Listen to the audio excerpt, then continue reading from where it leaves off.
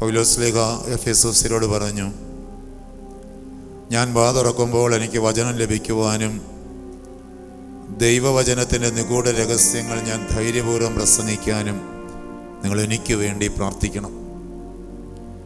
ഈ സമയം ഞാൻ നിങ്ങളുടെ ഓരോരുത്തരുടെയും പ്രാർത്ഥന എനിക്കായി ആവശ്യപ്പെടുകയാണ്.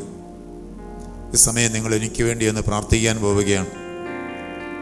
നിങ്ങളെത്ര തീക്ഷ്ണതയോടെ ശക്തിയോടെ എനിക്ക് വേണ്ടി പ്രാർത്ഥിക്കുന്നുവോ അതനുസരിച്ച് ദൈവാത്മാവ് എന്നിലൂടെ സംസാരിക്കുന്ന കാര്യങ്ങൾ നിങ്ങൾക്ക് അനുഗ്രഹമായിട്ട് മാറും. നിങ്ങളുടെ ഇടതുകരം നിങ്ങളുടെ ഹൃദയത്തോട് ഒന്ന് ചേർത്ത് വെച്ചുകൊണ്ട്, നിങ്ങളുടെ ഇടതുകരം നിങ്ങളുടെ ഹൃദയത്തോടൊന്ന് ചേർത്ത് വെച്ച്, വലതുകരം നിങ്ങളുടെ ശിരസ്സിന് മുകളിൽ ഉയർത്തി എൻ്റെ നേരെ ഒന്ന് കമിഴ്ത്തി നീട്ടിപ്പിടിച്ചുകൊണ്ട് കൈമുട്ടുകളൊക്കെ നിവരണം. നിങ്ങൾ എനിക്ക് വേണ്ടി എന്ന് പ്രാർത്ഥിക്കുകയാണ്.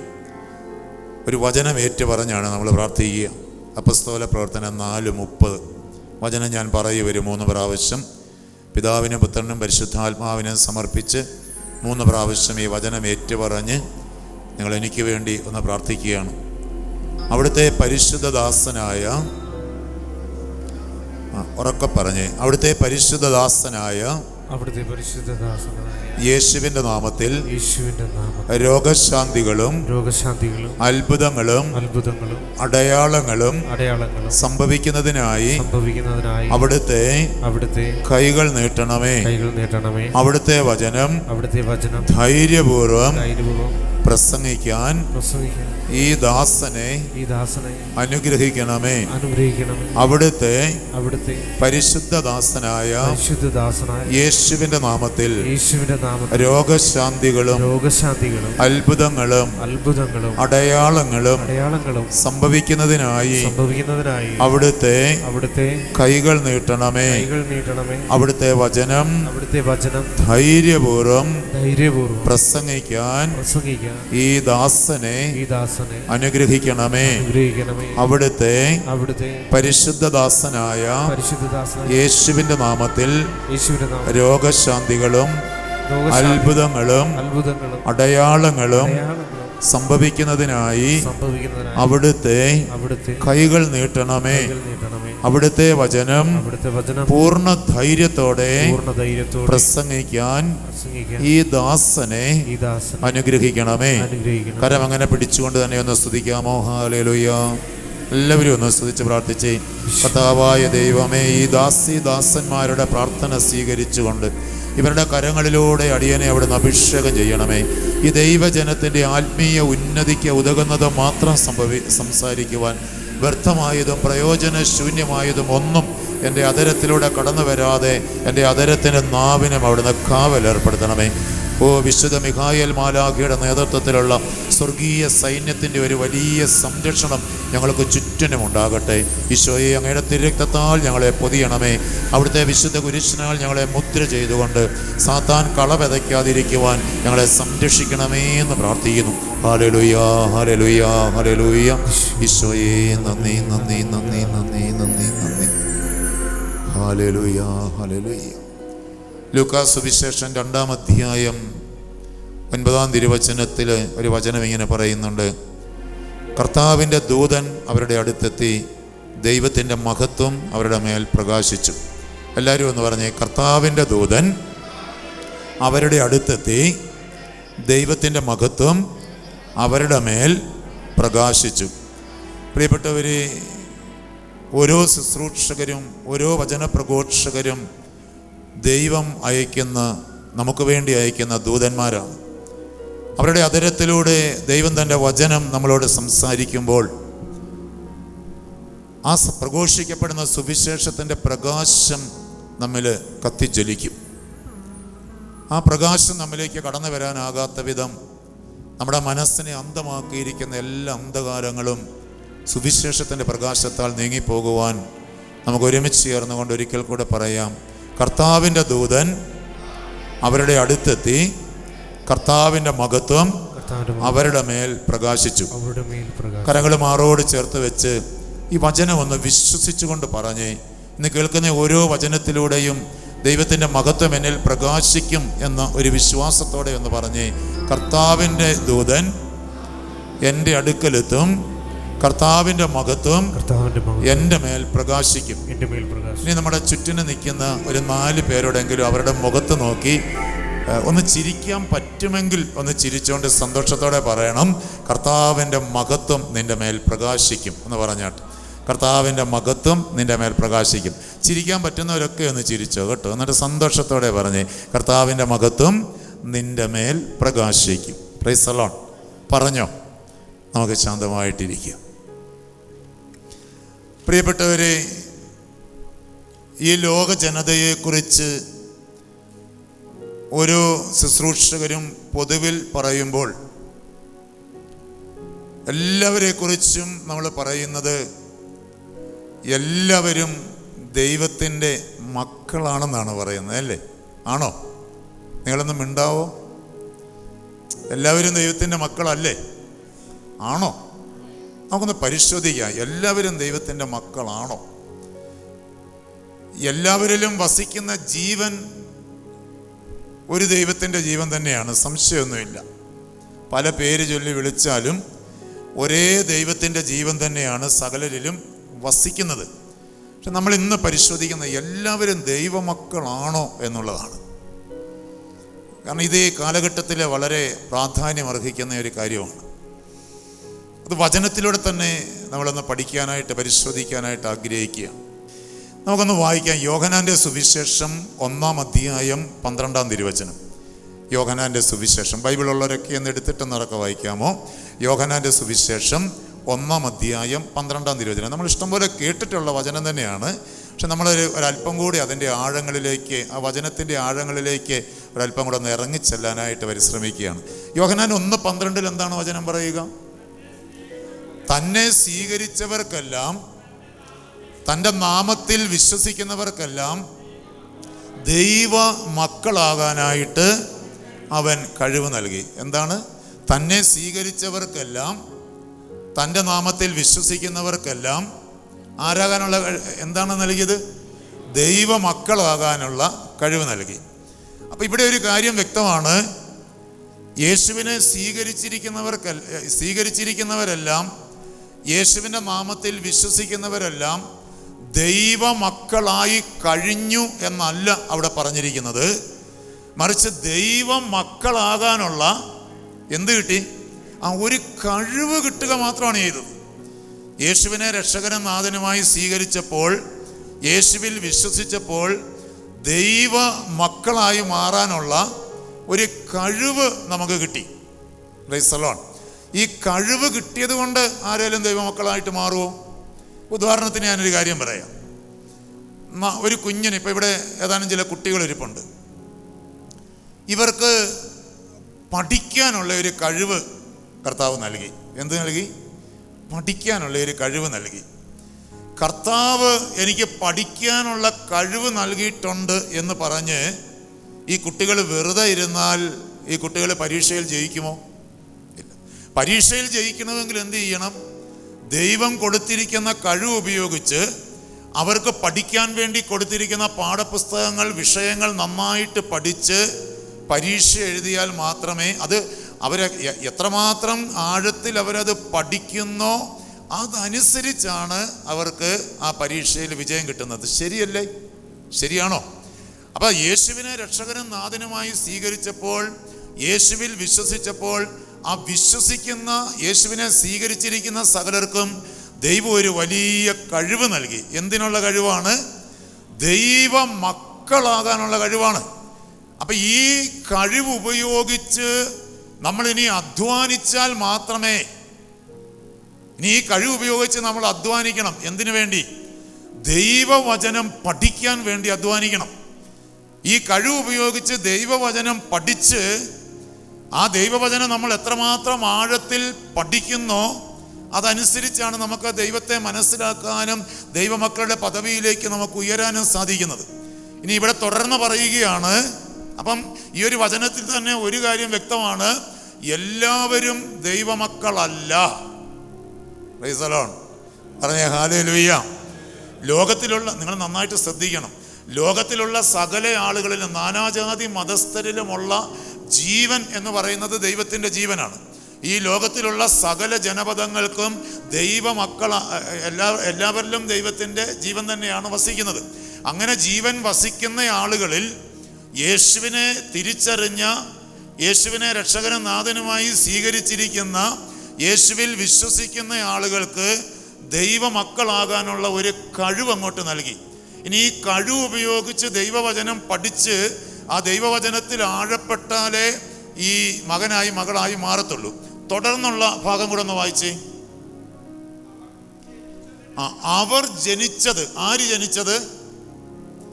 യേശുവിനെ സ്വീകരിച്ചിരിക്കുന്ന, യേശുവിൽ വിശ്വസിച്ചിരിക്കുന്ന, ദൈവമക്കളാകാൻ കഴിവ് ലഭിച്ചിരിക്കുന്ന ആളുകൾ ആ കഴിവ് ഉപയോഗിച്ച് ജനിച്ചിരിക്കുന്നത്.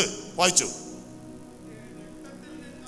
അവർ ജനിച്ചിരിക്കുന്നത് രക്തത്തിൽ നിന്നോ ശാരീരിക അഭിലാഷത്തിൽ നിന്നോ പുരുഷന്റെ ഇച്ഛയിൽ നിന്നോ അല്ല, ദൈവത്തിൽ നിന്നത്രേ എന്ന് പറയുകയാണ്. അപ്പൊ ദൈവമക്കളാകാൻ ലഭിച്ച കഴിവ് ഉപയോഗിച്ച് ഈ ആളുകൾ, ഈ കഴിവ് ലഭിച്ചിരിക്കുന്നവർ ജനിച്ചിരിക്കുന്നത് പുരുഷന്റെ ഇച്ഛയിൽ നിന്നല്ല, രക്തത്തിൽ നിന്നല്ല, മാംസത്തിൽ നിന്നല്ല, മറിച്ച് ആരിൽ നിന്നാണ്? ദൈവത്തിൽ നിന്നാണ്. അപ്പൊ ഈ ശാരീരികമായി ജനിച്ചിരിക്കുന്ന, യേശുവിനെ രക്ഷകനും നാഥനുമായി സ്വീകരിച്ചിരിക്കുന്ന ആളുകൾക്ക് ദൈവമക്കളാകാനായിട്ട് അവിടുന്ന് ഒരു കഴിവ് നൽകി. ഈ കഴിവ് ഉപയോഗിച്ച് അവർ ജനിച്ചിരിക്കുന്നത് എവിടെ നിന്നാണ്? ദൈവത്തിൽ നിന്നാണ്. അതെങ്ങനെയാണ് ദൈവത്തിൽ നിന്ന് ഇവർ ജനിക്കുക? നമ്മൾ പത്രോസിന്റെ 1-ാം ലേഖനത്തിൽ അതിൻ്റെ 1-ാം അധ്യായം 23-ാം തിരുവചനത്തിൽ, പത്രോസിന്റെ 1-ാം ലേഖനം 1-ാം അധ്യായം 23 മുതലുള്ള തിരുവചനങ്ങളൊന്ന് വായിച്ചാട്ടെ. നിങ്ങൾ വീണ്ടും ജനിച്ചിരിക്കുന്നത് എങ്ങനെ? ഒരു മിനിറ്റ്, ഞാനത് ഹൃദയത്തിൽ നിന്ന് പതിയാനായിട്ടാണ് ഞാനിത് ആവർത്തിക്കുന്നത്. നിങ്ങൾ വീണ്ടും ജനിച്ചിരിക്കുന്നത് ആര്? ഇത് പത്രോസ് ഇത് ആരെക്കുറിച്ചാണ് പറയുന്നത്? നിങ്ങൾ വീണ്ടും ജനിച്ചിരിക്കുന്നതെന്ന് പത്രോസ് പറയുമ്പോൾ ആരെക്കുറിച്ചാ?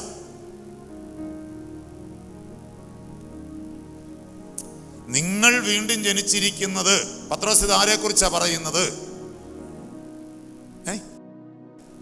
ഇവിടെ വരെ വീണ്ടും ജനിച്ചവരെ കുറിച്ചാണ് പറയുന്നത്. ഹലോ, ദൈവത്തിൽ നിന്ന് ജനിച്ചവരെ കുറിച്ചാണ് പറയുന്നത്. നിങ്ങൾ വീണ്ടും ജനിച്ചിരിക്കുന്നത്, വായിച്ചു. നശ്വരമായ ബീജത്തിൽ നിന്നല്ല. നശ്വരമായ ബീജം എന്ന് പറഞ്ഞാൽ എന്താ? നശ്വരം എന്ന് പറഞ്ഞാൽ എന്താ? നശിച്ചു പോകുന്ന ബീജം എന്നാണ് അതിൻ്റെ അർത്ഥം. നശ്വരമായ ബീജത്തിൽ നിന്നല്ല. അപ്പം നശ്വരമായ ബീജത്തിൽ നിന്ന് നമുക്കൊരു ജനനം ലഭിച്ചിട്ടുണ്ട്. എങ്ങനെയാ? ശാരീരികമായ ഒരു ജനനം. അത് നശ്വരമായ ബീജത്തിൽ നിന്നാണ്, ഒരു പുരുഷന്റെ ബീജത്തിൽ നിന്നാണ്. അപ്പൊ പുരുഷന്റെ ബീജത്തിൽ നിന്ന് ശാരീരികമായി നമ്മൾ ജനിച്ചിരിക്കുകയാണ്. ഈ ശാരീരികമായി പുരുഷന്റെ ബീജത്തിൽ നിന്ന് ശാരീരികമായി ജനിച്ചിരിക്കുന്ന ഈ ശരീരം അനശ്വരമാണോ നശ്വരമാണോ? അനശ്വരമാണോ നശ്വരമാണോ? ഇത് നശ്വരമാണ്. ഇത് നാളെ ഇവിടെ ഈ മണ്ണിൽ അഴുകിത്തീരും. അല്ലേ? അല്ലേ? ഇന്ന് നമുക്ക് പ്രിയപ്പെട്ട 2 പേര് ഈ ലോകം വിട്ടു പോയിട്ടില്ലേ? ഇല്ലേ? അവരുടെ മൃതസംസ്കാര ശുശ്രൂഷയിലൊക്കെ നമ്മൾ പങ്കെടുത്തിട്ടല്ലേ വരുന്നേ. അപ്പം ഈ ശരീരം ഇത് നശ്വരമാണ്. അപ്പം ഈ ശാരീരികതയിൽ പുരുഷനിൽ നിന്ന് ഉത്ഭവിച്ച ബീജത്തിൽ നിന്ന്, പുരുഷന്റെ ബീജത്തിൽ നിന്ന് നശ്വരമായ ഒരു ജനനം നമുക്ക് ലഭിച്ചു. അതാണ് ഇവിടെ പറയുന്നത്. നിങ്ങൾ വീണ്ടും ജനിച്ചിരിക്കുന്നത് നശ്വരമായ ബീജത്തിൽ നിന്നല്ല, അനശ്വരമായ ബീജത്തിൽ നിന്നാണ്. വായിച്ചു. എന്താണ് ആ ബീജം? സജീവവും സനാതനവുമായ ദൈവവചനത്തിൽ നിന്ന്. അപ്പൊ അനശ്വരമായ ബീജം ഏതാണ്? അനശ്വരമായ ബീജം ഏതാണ്? ദൈവവചനമാണ് അനശ്വരമായ ബീജം.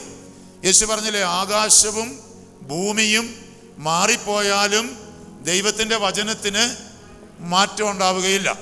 മറ്റൊരു വചനത്തിൽ പറയുന്നുണ്ട്, ദൈവത്തിൻ്റെ വചനം എന്നേക്കും സ്വർഗത്തിൽ. കേട്ടിട്ടില്ലേ നിങ്ങൾ അങ്ങനെ ഒരു വചനം? ദൈവത്തിൻ്റെ വചനം എന്നേക്കും സ്വർഗത്തിൽ സുസ്ഥാപിതമാണ്. എന്നേക്കും ദൈവത്തിൻ്റെ വചനം സ്വർഗത്തിൽ സുസ്ഥാപിതമാണ്, അവിടെ പ്രതിഷ്ഠിക്കപ്പെട്ടിരിക്കുകയാണ്. അവിടെ സ്ഥാപിക്കപ്പെട്ടിരിക്കുകയാണ്. ആ വചനത്തിനൊരിക്കലും മാറ്റമില്ല. എന്നേക്കും നിലനിൽക്കുന്നത് ദൈവത്തിൻ്റെ വചനമാണ്. ബാക്കിയുള്ളതെല്ലാം മാറിപ്പോകും. ബാക്കിയുള്ളതെല്ലാം എന്ത് ചെയ്യും? പോകും. പത്രോസിന്റെ ലേഖനത്തിൽ തന്നെ പറയുന്നുണ്ടല്ലോ, കർത്താവിൻ്റെ ആഗമനത്തിൽ മൂലപദാർത്ഥങ്ങളെല്ലാം എരിഞ്ഞ് ചാമ്പലാവും. ഈ ഭൂമിയും ഇതിനകത്തുള്ളതെല്ലാം എരിഞ്ഞ് ചാമ്പലാവും. ഇപ്പം നമ്മൾ മനോഹരമായൊരു പള്ളി പണിയുന്നുണ്ട് പാറേപ്പള്ളിയിൽ, അല്ലേ? പക്ഷെ കർത്താവിൻ്റെ ആഗമനത്തിൽ വചനം പഠിപ്പിക്കുകയാണ്, ഇത്രയും കോടികൾ മുടക്കി പണിതിരിക്കുന്ന ഈ പള്ളി എന്തു ചെയ്യും? ഇത് എരിഞ്ഞ് ചാമ്പലാകും. മൂലപദാർത്ഥങ്ങൾ എത്ര കോടിയുടെ പള്ളി എന്നല്ല, വീടെന്നല്ല, എത്ര കോടിയുടെ ഇവിടെ പണിതുയർത്തിയാലും അതെല്ലാം നാളെ എന്തു ചെയ്യും? ഇത് വചനമാണ്. ഞാൻ കളിയാക്കിയൊന്നും പറയുന്നതല്ല, വചനമാണ്. കർത്താവിൻ്റെ ആഗമനത്തിൽ ഇതെല്ലാം കത്തി എരിഞ്ഞ് ചാമ്പലാകും. ഇതെല്ലാം കത്തി എരിഞ്ഞ് ചാമ്പലായാലും, ആകാശം മാറിപ്പോയാലും, ഭൂമി മാറിപ്പോയാലും എന്നേക്കും മാറ്റമില്ലാതെ നിലനിൽക്കുന്നത് ഒന്നേ ഉള്ളൂ, ദൈവവചനം. അതുകൊണ്ട് ഇവിടെ പറയുകയാണ്, അനശ്വരമായ സജീവവും സനാതനവുമായ അനശ്വര ബീജത്തിൽ നിന്ന് വീണ്ടും ജനിച്ചാലേ ആരായിട്ട് മാറത്തുള്ളൂ? ദൈവ മക്കളായിട്ട് മാറത്തുള്ളൂ. നമ്മൾ ഏത് സഭയിലായിരുന്നാലും ശരി, വചനത്തിലൂടെ വീണ്ടും ജനിക്കാത്ത ഒരൊറ്റ വ്യക്തിയും ദൈവത്തിൻ്റെ മകനും മകളുമായിട്ട് മാറില്ല. Praise the Lord. പറഞ്ഞേ ഹല്ലേലൂയ. അതറിയണമെങ്കിൽ ആരെയാണ് ആദ്യമായിട്ട് ദൈവപുത്രൻ എന്ന് പറഞ്ഞതെന്ന് നമ്മൾ പരിശോധിക്കുമ്പോൾ അത് മനസ്സിലാവും. നമുക്കറിയാം, യേശുവിനെ നോക്കിയാണ് ഇവൻ എൻ്റെ പ്രിയപുത്രൻ എന്ന് സ്വർഗം ആദ്യമായിട്ട് പറഞ്ഞത്. യേശുവിനെ നോക്കിയാണ്. യേശുവിന് മുൻപ് എത്രയോ 10,000 കോടിക്കണക്കിന് ആൾക്കാർ ഈ ലോകത്തിലുണ്ടായിരുന്നു, ഇല്ലേ? അല്ലേ? യേശുവിന് മുമ്പ് എത്രയോ ആളുകൾ, ആദം മുതൽ ഇങ്ങോട്ട് എത്രയോ ജനലക്ഷങ്ങൾ, ജനകോടികൾ ഇവിടെ ജനിച്ചു മരിച്ചു. അവരെ ആരെയെങ്കിലും നോക്കി ഇവൻ എൻ്റെ പ്രിയപുത്രനാണെന്ന് സ്വർഗം പറഞ്ഞോ? സ്വർഗം പറഞ്ഞോ? ശരീരത്തോടു കൂടി എന്ന് പറഞ്ഞാൽ ഈ കൽപ്പനയൊന്നും ഇല്ലാതിരുന്ന, ദൈവകൽപ്പനകൾ ഒന്നും ലഭിക്കാതിരുന്ന ഒരു കാലഘട്ടത്തിൽ, മനസാക്ഷി യുഗത്തിൽ ജീവിച്ച ഒരു കാലഘട്ടത്തിൽ, മനസാക്ഷി യുഗം എന്ന് പറഞ്ഞാൽ ദൈവമായ കർത്താവ് പറഞ്ഞു, ആദത്തോട് ഹവ്വായോട് പറഞ്ഞു, തോട്ടത്തിൻ്റെ നടുവിൽ നിൽക്കുന്ന വൃക്ഷത്തിൽ നിന്ന് നിങ്ങൾ എന്ത് ചെയ്യരുത്? ഭക്ഷിക്കരുത്. ഭക്ഷിക്കുന്ന ദിവസം നിങ്ങൾ എന്ത് ചെയ്യും? മരിക്കും. ദൈവം പറഞ്ഞ ഒരു കാര്യമാണ്. ഒരു ആദ്യത്തെ കൽപ്പന അതാണ്. ദൈവകൽപ്പനകളിൽ ആദ്യത്തെ കൽപ്പന ഇതാണ്, നന്മ തിന്മകളെക്കുറിച്ചുള്ള തിരിച്ചറിവിൻ്റെ വൃക്ഷത്തിൽ നിന്ന് ഭക്ഷിക്കരുത്, ഭക്ഷിക്കുന്ന ദിവസം നിങ്ങൾ മരിക്കും. ആ കൽപ്പനയുടെ ലംഘനമാണ് പാപമായിട്ട് മാറിയതല്ലേ? ആ പാപം മൂലമാണ് മരണം ഈ ലോകത്തിൽ പ്രവേശിച്ചത്. അവൻ്റെ പക്ഷക്കാർ, ആ പിശാചിൻ്റെ അസൂയ നിമിത്തം മരണം ലോകത്തിൽ പ്രവേശിച്ചു. അവൻ്റെ പക്ഷക്കാരത് അനുഭവിക്കുകയും ചെയ്യുന്നു. അപ്പം ശരിക്കും ആദ്യ പാപം എന്താ? അതിനെക്കുറിച്ച് ഒരുപാട് വ്യാഖ്യാനങ്ങളുണ്ട്, വിടുക. ആദ്യ പാപം എന്താ? ഇവരോട് പറഞ്ഞ എന്താ? നന്മ തിന്മകളെക്കുറിച്ചുള്ള തിരിച്ചറിവിൻ്റെ വൃക്ഷത്തിൽ നിന്ന് നിങ്ങൾ ഭക്ഷിക്കരുത്. ഈ മോനിങ്ങി വന്നേ, ഇങ്ങോട്ടി വന്നേ. മോൻ്റെ പേരെന്താ? ഈ മോൻ്റെ പേര് ആൻ്റണി എന്നാണ്. ഇതിൻ്റെ മാതാപിതാക്കൾ ഇവിടെ ഉണ്ടോ? ഉണ്ടെങ്കിലൊന്ന് കരമ ഉയർത്താമോ? അപ്പനും അമ്മയുണ്ട്. അപ്പനുണ്ടോ ഇവിടെ? ഉണ്ടോ? അപ്പനും ഉണ്ടോ? ഇല്ല, അമ്മയുണ്ട്. ഈ മോനിപ്പോൾ എത്ര വയസ്സായി? 10 വയസ്സായി. ഈ മോന് ഇപ്പോൾ നന്മ ഏത് തിന്മ ഏത് എന്ന് തീരുമാനിക്കുന്നത് ആരാ? നിങ്ങളൊന്ന് ഉറക്കെ പറഞ്ഞ ആരാണ്? ഈ 10 വയസ്സുള്ള ആൻ്റണി എന്ന് പറയുന്ന മകന് അവൻ്റെ ജീവിതത്തിൽ നന്മ ഏത് തിന്മ ഏതെന്ന് ഇപ്പം തീരുമാനിക്കുന്ന ആരാ? മാതാപിതാക്കളാണ്, അല്ലേ? അതെന്തുകൊണ്ടാ? അത് സ്വയം തീരുമാനിക്കാനുള്ള ഒരു എന്ത് വന്നിട്ടില്ല? കഴിവല്ല. ഇപ്പം ചിലരെ നോക്കി നമ്മൾ പറയും, 2-3 പിള്ളേരൊക്കെയുള്ള ആളുകളായിരിക്കാം. അവരെ നോക്കി നമ്മൾ പറയും, അവൻ കല്യാണം കഴിച്ച അവന് 2-3 പിള്ളേരുമായി, 10-35 വയസ്സുമായി, ഇപ്പോഴും അവനൊരു എന്ത് വന്നിട്ടില്ല? കഴിവല്ല. ഒരു പക്വത വന്നിട്ടില്ലെന്ന്. ഹലോ, ഇപ്പോഴും അവനൊരു പക്വത വന്നിട്ടില്ല. അപ്പം നന്മയും തിന്മയും, തനിക്ക് നന്മ ഏത് തിന്മ ഏത് എന്ന് തീരുമാനിക്കാനുള്ള ഒരു പക്വത ഇപ്പം വന്നിട്ടില്ല. ആർക്ക്? ആൻ്റണിക്ക് വന്നിട്ടില്ല.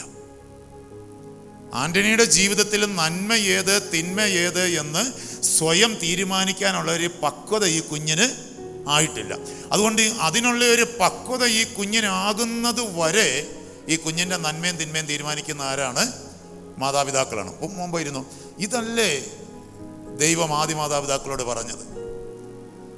നിങ്ങളുടെ നന്മയും തിന്മയും നിങ്ങൾ തന്നെ തീരുമാനിക്കരുത്. നിങ്ങൾക്ക് നന്മ ഏത് തിന്മ ഏതെന്ന് ഞാൻ തീരുമാനിക്കും.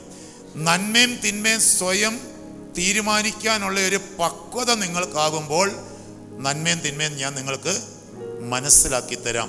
അതിനു മുൻപ് എന്നെ അവഗണിച്ചുകൊണ്ട്, എൻ്റെ വാക്കനുസരിച്ചുകൊണ്ട് നിങ്ങൾ സ്വയം അത് കണ്ടെത്താനായിട്ട് ശ്രമിക്കരുത്. ഇതാണ് ദൈവം പറഞ്ഞ ഒരു ഞാൻ വളരെ ലളിതമായിട്ട് പറയാം. ഇതാണ് ദൈവം ഇവരോട് പറഞ്ഞത്. ഇപ്പം ഈ ആൻ്റണിക്ക് പക്വത വരാത്ത ഈ കുഞ്ഞിന് നമ്മളിപ്പോൾ ഒരു ബൈക്ക് വാങ്ങിച്ചു കൊടുക്കുവാന്നിരിക്കട്ടെ. ഇത് നേരെ ചൊവ്വേ ഓടിക്കാനുള്ള പക്വത ഇതിനായിട്ടുണ്ടോ? പക്ഷെ ഓടിക്കാൻ അറിയാമെന്ന് വിചാരിച്ചേ. അപ്പം ഈ കുഞ്ഞി ടൗണിലേക്ക് ഇറക്കി വണ്ടി ഓടിക്കുവാണെങ്കിലോ അപകടം ഉണ്ടാവുമോ? മരിക്കുമോ? ഇത് തന്നെയാണ് ദൈവം ആദ്യ മാതാപിതാക്കളോട് പറഞ്ഞത്. നന്മയും തിന്മയും തിരിച്ചറിയാനുള്ള പക്വത നിങ്ങൾക്കാകുമ്പോൾ ഞാൻ നിങ്ങൾക്കത് മനസ്സിലാക്കി തരാം. സ്വയം തീരുമാനിക്കാനുള്ള ഒരറിവിലേക്ക് ഞാൻ നിങ്ങളെ എത്തിക്കാം. അതുവരെ നിങ്ങളൊന്ന് വെയിറ്റ് ചെയ്യാനാണ് പറഞ്ഞത്. അപ്പം ഈ സാത്താൻ്റെ വാക്ക് കേട്ട് അവർ സ്വയം ആ നന്മയും തിന്മയും തിരിച്ചറിയുന്ന വൃക്ഷത്തിൽ നിന്ന് ഭക്ഷിച്ചപ്പോൾ യഥാർത്ഥത്തിൽ ഇപ്പോൾ ഇവർ പിതാവിനോട്, ദൈവത്തോട് പറഞ്ഞ എന്താ? ഞങ്ങൾക്ക് നന്മ ഏത് തിന്മ ഏത് എന്ന് ഞങ്ങൾ തീരുമാനിച്ചോളാം, അത് നീ തീരുമാനിക്കേണ്ട എന്നാണ് പറഞ്ഞത്. അല്ലെ, നീ തീരുമാനിക്കുന്ന നന്മയിലും തിന്മയിലും ഞങ്ങൾക്ക് വിശ്വസിക്കാനൊന്നും പറ്റത്തില്ല, അനുസരിക്കാൻ പറ്റത്തില്ല. ഞങ്ങൾക്ക് നന്മ ഏത് ഞങ്ങൾക്ക് തിന്മ ഏതെന്ന് ഞങ്ങൾ തീരുമാനിക്കും. ഇത് അപകടമാണോ? അതുകൊണ്ടാണ് ഈ സ്നേഹബന്ധത്തിൽപ്പെട്ട് പ്രേമവിവാഹത്തിൽപ്പെട്ട് വീട് വിട്ടു പോകുന്ന കുഞ്ഞുങ്ങളൊക്കെ, ആ വിവാഹങ്ങളൊക്കെ ഒരു 2 വർഷത്തിനുള്ളിൽ അതെല്ലാം തകർന്ന് തരിപ്പണമാകുന്നതിൻ്റെ കാര്യമാണ്. ഈ ഇന്നലെ കണ്ട ഒരാളുടെ കയ്യും പിടിച്ച് മാതാപിതാക്കളെ അവഗണിച്ച് സ്വയം ഒരു ജീവിതം കെട്ടിപ്പടുക്കാൻ നോക്കുമ്പോൾ അവർ പറയുന്നത് എന്താ? ഈശോ പറഞ്ഞ എന്താ? മക്കൾക്ക് നല്ല ദാനങ്ങൾ നൽകാൻ ആർക്കറിയാമെങ്കിലാ? ദുഷ്ടരായ മാതാപിതാക്കൾക്കറിയാമെങ്കിൽ. എന്ന് പറഞ്ഞാൽ ദുഷ്ടരായ മാതാപിതാക്കൾ പോലും മക്കൾക്ക് നല്ലത് വരാനേ ആഗ്രഹിക്കുന്നുള്ളൂ. അന്നേരമാണ് ഈ കൊച്ചു പറയുന്നത്, എനിക്ക് എൻ്റെ നന്മയും തിന്മയൊന്നും നിങ്ങൾ തീരുമാനിക്കേണ്ട, എനിക്ക് നന്മ ഏത് തിന്മ ഏതെന്ന് ഞാൻ തീരുമാനിക്കുമെന്നും പറഞ്ഞ് സ്വയം നന്മയും തിന്മയും തീരുമാനിച്ച് ഒരാളുടെ കയ്യും പിടിച്ചു പോകും. 1-2 വർഷം കഴിയുമ്പം തകർന്ന തരിപ്പണമായി ഒരെണ്ണത്തിനെ ഒക്കത്ത് വെച്ച് തിരിച്ചു വരും. പിന്നെയും അവരെ സംരക്ഷിക്കാനുള്ള ബാധ്യത ഈ അപ്പനും അമ്മയുമാണ്. ഇത് തന്നെയാണ് സ്വർഗീയ പിതാവും ചെയ്തത്. അവരങ്ങനെ ഇറങ്ങിപ്പോയി. അവരുടെ നന്മയും തിന്മയും അവർ തന്നെ സ്വയം തീരുമാനിച്ചു. അത്തിയില തുന്നി വെയിലേറ്റപ്പോൾ അത് ഉണങ്ങിപ്പോയി. പിന്നെ ദൈവം തന്നെ അവരെ വീണ്ടും പരിപാലിക്കേണ്ട സ്ഥിതി വന്നു. അപ്പോൾ ശരിക്കും പാപമെന്ന് പറഞ്ഞാൽ എന്താ? എൻ്റെ നന്മയും തിന്മയും ഞാൻ തന്നെ തീരുമാനിക്കുന്നതിൻ്റെ പേരാണ് എന്ത്? പാപം. എനിക്ക് നന്മ ഏത് തിന്മ ഏതെന്ന് വിശുദ്ധ ഗ്രന്ഥത്തിലൂടെ ദൈവം തൻ്റെ വാക്കുകളിലൂടെ വ്യക്തമായിട്ട് തന്നെ പഠിപ്പിച്ചിട്ടുണ്ട്. അതിനെ അവഗണിച്ചുകൊണ്ട് എൻ്റെ നന്മയും തിന്മയും ഞാൻ തന്നെ തീരുമാനിക്കുന്നതിൻ്റെ പേരാണ് എന്ത്? പാപം. അപ്പോൾ ഇനി നമ്മൾ പാപത്തിലാണോ എന്ന് നമ്മൾ തന്നെ സ്വയം ചിന്തിച്ചാൽ മനസ്സിലാവുന്നുണ്ടോ ഞാൻ പറയുന്ന കാര്യം? Praise the Lord. പറഞ്ഞ ഹാലേലുയ്യാം എന്ന് പറഞ്ഞ ഹാലേലുയ്യാം, ഹാലേലുയ്യാം. അപ്പോൾ പ്രിയപ്പെട്ടവരെ, ഇതെന്തിനെന്നെ കൊണ്ട് പറയിപ്പിച്ചെന്ന് എനിക്കറിയില്ല. ഇതല്ല ഞാൻ പറയാൻ വന്നത്, പക്ഷേ എന്നെക്കൊണ്ട് അങ്ങനെ പറയിപ്പിക്കുകയായിരുന്നു. അതെന്താണെന്ന് എനിക്കറിയത്തില്ല. ആത്മാവ് നയിക്കുന്നാലും പോട്ടെ. അപ്പോൾ പ്രിയപ്പെട്ടവരെ, യേശുവിനെ നോക്കിയാണ്. കാരണം ഈ കൽപ്പനയെക്കുറിച്ച് പറഞ്ഞപ്പോൾ, അപ്പോൾ ഈ കൽപ്പനകളൊന്നും ഇല്ലാതിരുന്ന, ഈ 10 കൽപ്പനയൊക്കെ ഇല്ലാതിരുന്ന, അതൊന്നും ലഭിക്കാതിരുന്ന ഒരു കാലഘട്ടത്തിലാണ് ഉൽപ്പത്തി പുസ്തകം 5-ാം അധ്യായത്തിൽ ഹെനോക്ക് എന്ന് പറയുന്ന ഒരാൾ ജീവനോടുകൂടെ സ്വർഗത്തിലേക്ക് എടുക്കപ്പെടുന്നത്. ഹെനോക്ക് എടുക്കപ്പെടുന്നത്. പക്ഷെ ജീവനോടുകൂടെ സ്വർഗത്തിലേക്ക് എടുക്കപ്പെട്ട ഈ ഹെനോക്കിനെ നോക്കി സ്വർഗം പറഞ്ഞില്ല, ഇവൻ എൻ്റെ പ്രിയപുത്രനാണെന്ന് പറഞ്ഞില്ല. ദൈവത്തിൻ്റെ ഹൃദയത്തിന് ഇണങ്ങിയ ഒരാളായിരുന്നു ആര്? ദാവീദ്. പക്ഷെ ഈ ദാവീദിനെ നോക്കി ഇവൻ എൻ്റെ പ്രിയപുത്രനാണെന്ന് പറഞ്ഞോ? ഏലിയായെ നോക്കി പറഞ്ഞോ? ഏലിയായിലൂടെ ഇരട്ടി ശക്തി കിട്ടിയ ഏലീഷായെ നോക്കി ഇവൻ എൻ്റെ പ്രിയപുത്രനാണെന്ന് പറഞ്ഞോ? ഈ ഭൂമിയിൽ സ്ത്രീകളിൽ നിന്ന് ജനിച്ചതിൽ ഏറ്റവും വിശുദ്ധനായ ആളാണ് സ്നാപക യോഹന്നാൻ. ഈ സ്നാപക യോഹന്നാനെ നോക്കി, കാരണം അവൻ സ്ത്രീയെ സ്പർശിച്ചിട്ടില്ല, അവന് ലോകത്തിൻ്റെ മേൽ വിജയം നേടിയവനാണ്, അവൻ മലിനമായതൊന്നും ഭക്ഷിച്ചിട്ടില്ല, അത്രയ്ക്ക് വിശുദ്ധനായിട്ട് ജീവിച്ച ഒരാളാണ് ആര്? സ്നാപക യോഹന്നാൻ. ഈ സ്നാപക യോഹന്നാനെ നോക്കി ഇവൻ എൻ്റെ പ്രിയപുത്രനാണെന്ന് പറഞ്ഞു. യേശുവിനെ നോക്കിയാണ് ഇവൻ എൻ്റെ പ്രിയപുത്രൻ എന്ന് സ്വർഗം പറഞ്ഞത്. എന്തുകൊണ്ട്?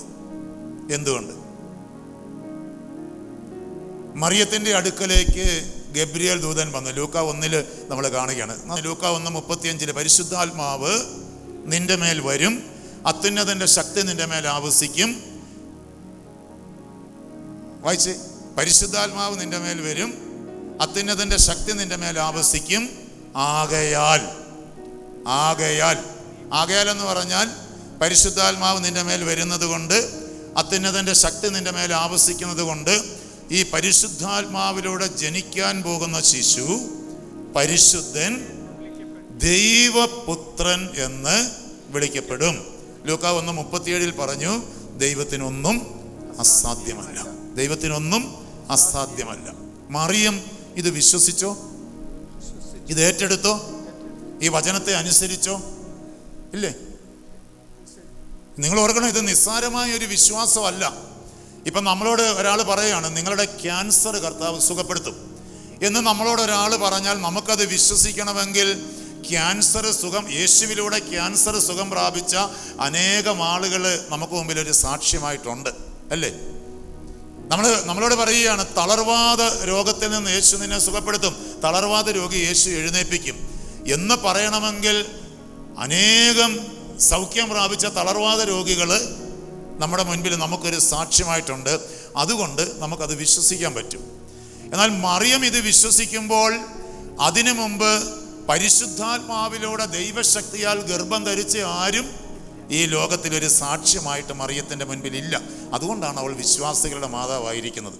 അന്ന് വരെ സംഭവിച്ചിട്ടില്ലാത്ത ഒരു കാര്യം, സംഭവിക്കാൻ ഇടയില്ലാത്ത ഒരു കാര്യം സംഭവിക്കും എന്ന് പറഞ്ഞപ്പോൾ ദൈവത്തിൻ്റെ വാക്കാകയാൽ അതങ്ങനെ തന്നെ സംഭവിക്കും എന്ന് വിശ്വസിച്ചുകൊണ്ട് ആ വിശ്വാസത്തോടെ ആ വചനം ഏറ്റെടുത്ത് ആ വചനത്തെ അനുസരിക്കാൻ മറിയം തയ്യാറാവുകയാണ്. ഇതാ കർത്താവിൻ്റെ ദാസി, നിന്റെ വാക്ക് എന്നിൽ നിറവേറട്ടെ.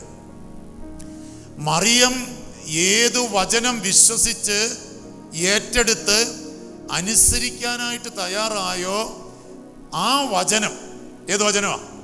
മറിയം വിശ്വസിച്ച, മറിയം ഏറ്റെടുത്ത, മറിയം അനുസരിക്കാൻ തയ്യാറായ ആ വചനം മറിയത്തിൻ്റെ ഉദരത്തിൽ എന്ത് ചെയ്തു? മാംസം ധരിച്ചു. മാംസം ധരിച്ച് ജനിച്ചു. Praise the Lord. പറഞ്ഞേ ഹല്ലേലൂയ, ഹല്ലേലൂയ. യേശു ദൈവത്തിൻ്റെ ഒരു സൃഷ്ടിയല്ല, ആണോ? യേശു ദൈവത്തിൻ്റെ ഒരു സൃഷ്ടിയാണോ? ദൈവം പറഞ്ഞു, ഈ പ്രപഞ്ചം ഉണ്ടാകട്ടെ, പ്രപഞ്ചം ഉണ്ടായി. പക്ഷിമൃഗാദികൾ ഉണ്ടാകട്ടെ, പക്ഷിമൃഗാദികൾ ഉണ്ടായി. വൃക്ഷലതാദികൾ ഉണ്ടാകട്ടെ, വൃക്ഷലതാദികൾ ഉണ്ടായി. ആകാശത്തിലെ പക്ഷികൾ ഉണ്ടാകട്ടെ, പക്ഷികൾ ഉണ്ടായി, അല്ലേ? വേണമെങ്കിൽ ദൈവത്തിന് പറയായിരുന്നു 33 വയസ്സുള്ള ഒരു യേശു ഉണ്ടാകട്ടെ എന്ന് ദൈവം പറഞ്ഞാൽ സംഭവിക്കല്ലേ? സംഭവിക്കുമല്ലേ? സംഭവിക്കും. മരിച്ച് ചീഞ്ഞഴുകി പുഴുവരിച്ച് ദുർഗന്ധം വമിച്ച ലാസറിനോട് ജീവനോടെ പുറത്തു വരാൻ വന്നപ്പോൾ അവൻ വന്നെങ്കിൽ 33 വയസ്സുള്ള ഒരു യേശു ഉണ്ടാകട്ടെ എന്ന് പറഞ്ഞാൽ യേശു ഉണ്ടാവുക തന്നെ ചെയ്യും. പക്ഷെ യേശു അങ്ങനെയല്ല ഉണ്ടായത്. യേശു ദൈവത്തിൻ്റെ ഒരു സൃഷ്ടിയല്ല, മറിച്ച് വചനം മാംസം ധരിച്ച് മറിയത്തിൻ്റെ ഉദരത്തിൽ ജനിച്ചതാണ് ശിശു, ജനിച്ചതാണ്.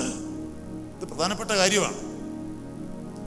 അതല്ല ദൂതൻ ആട്ടിടയന്മാരോട് പറഞ്ഞു, നിങ്ങൾക്കായി ദാവീദിന്റെ പട്ടണത്തിൽ ഒരു രക്ഷകൻ ഇന്ന് ജനിച്ചിരിക്കുന്നു.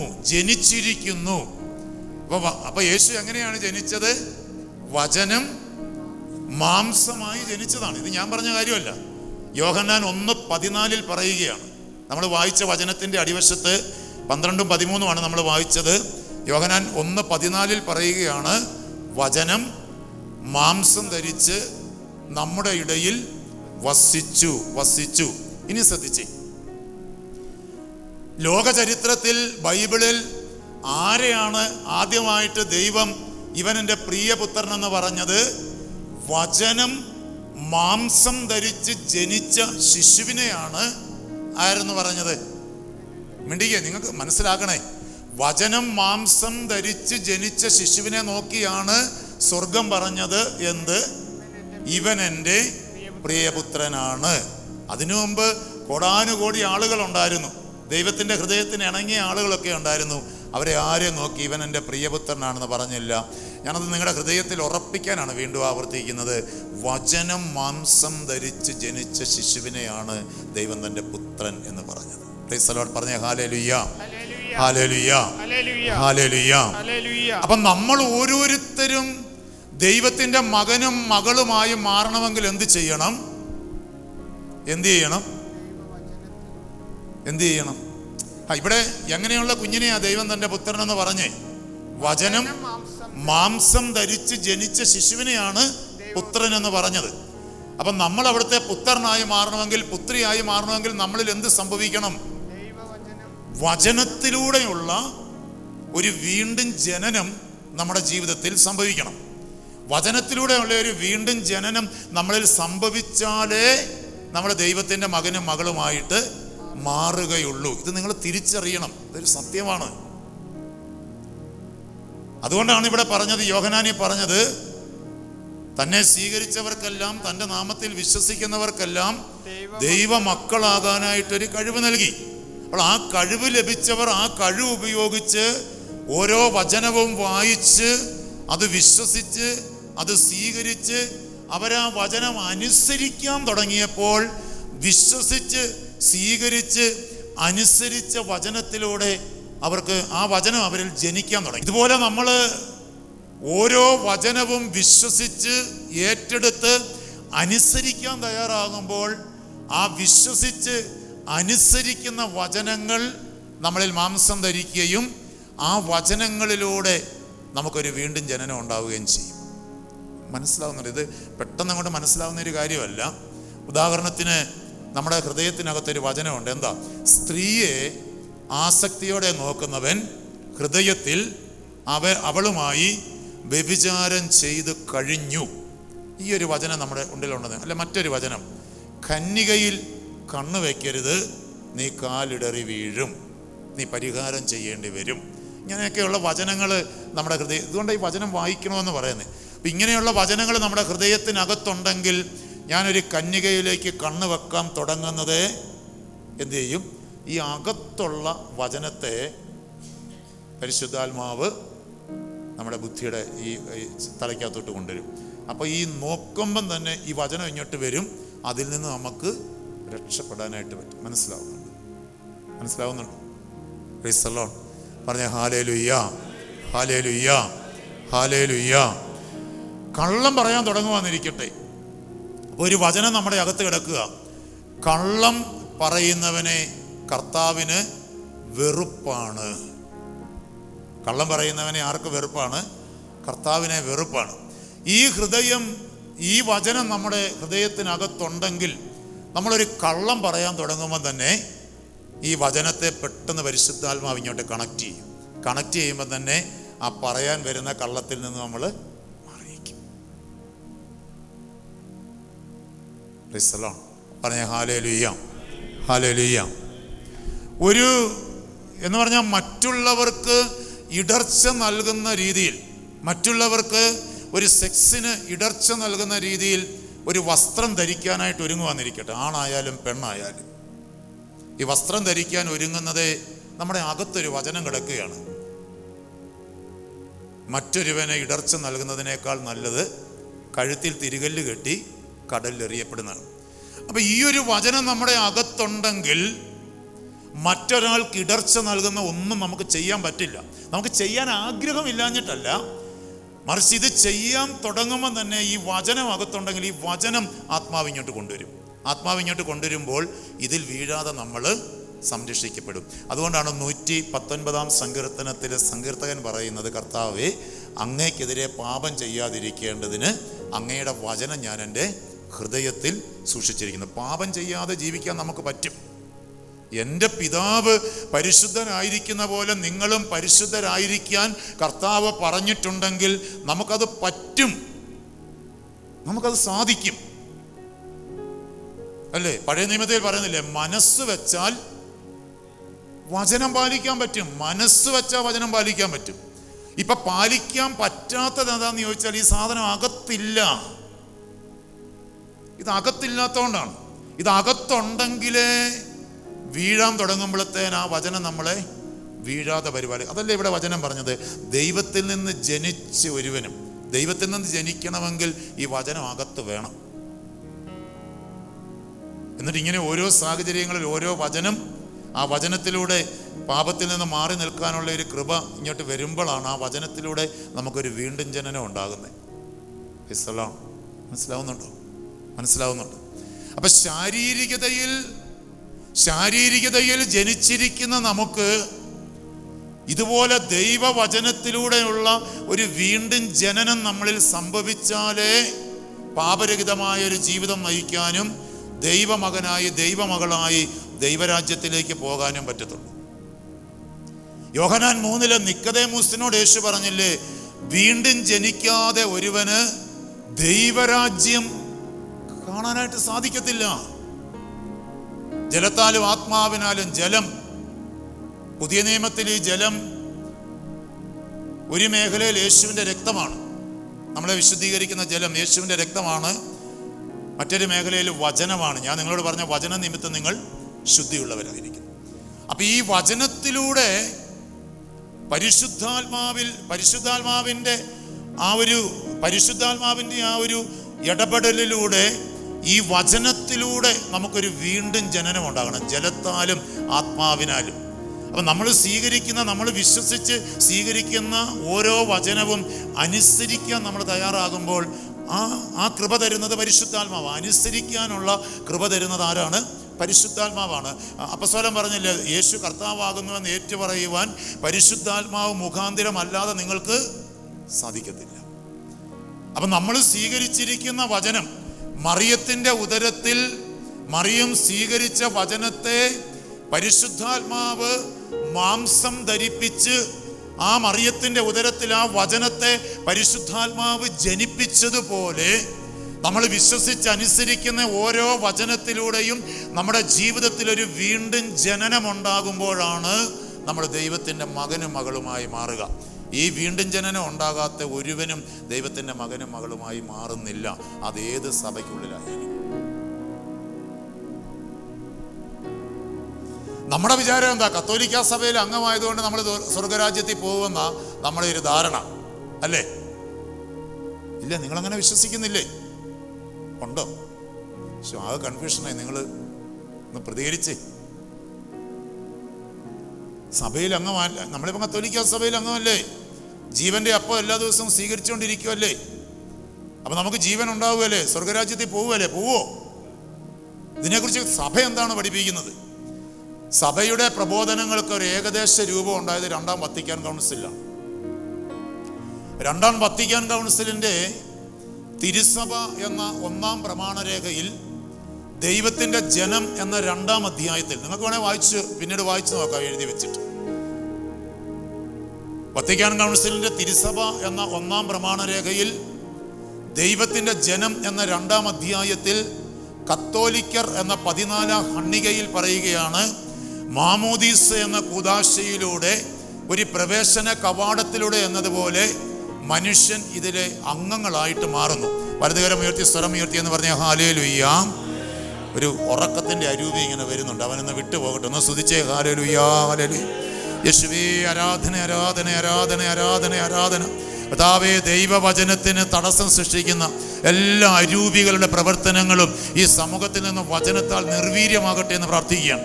യേശുവേ, ആരാധന ആരാധന ആരാധന. ഒന്ന് ശക്തമായിട്ട് കരങ്ങളടിച്ച് ദൈവത്തിനൊന്ന് മഹത്വം കൊടുത്തേ. ഇതാണോ ശക്തമായ കയ്യടി?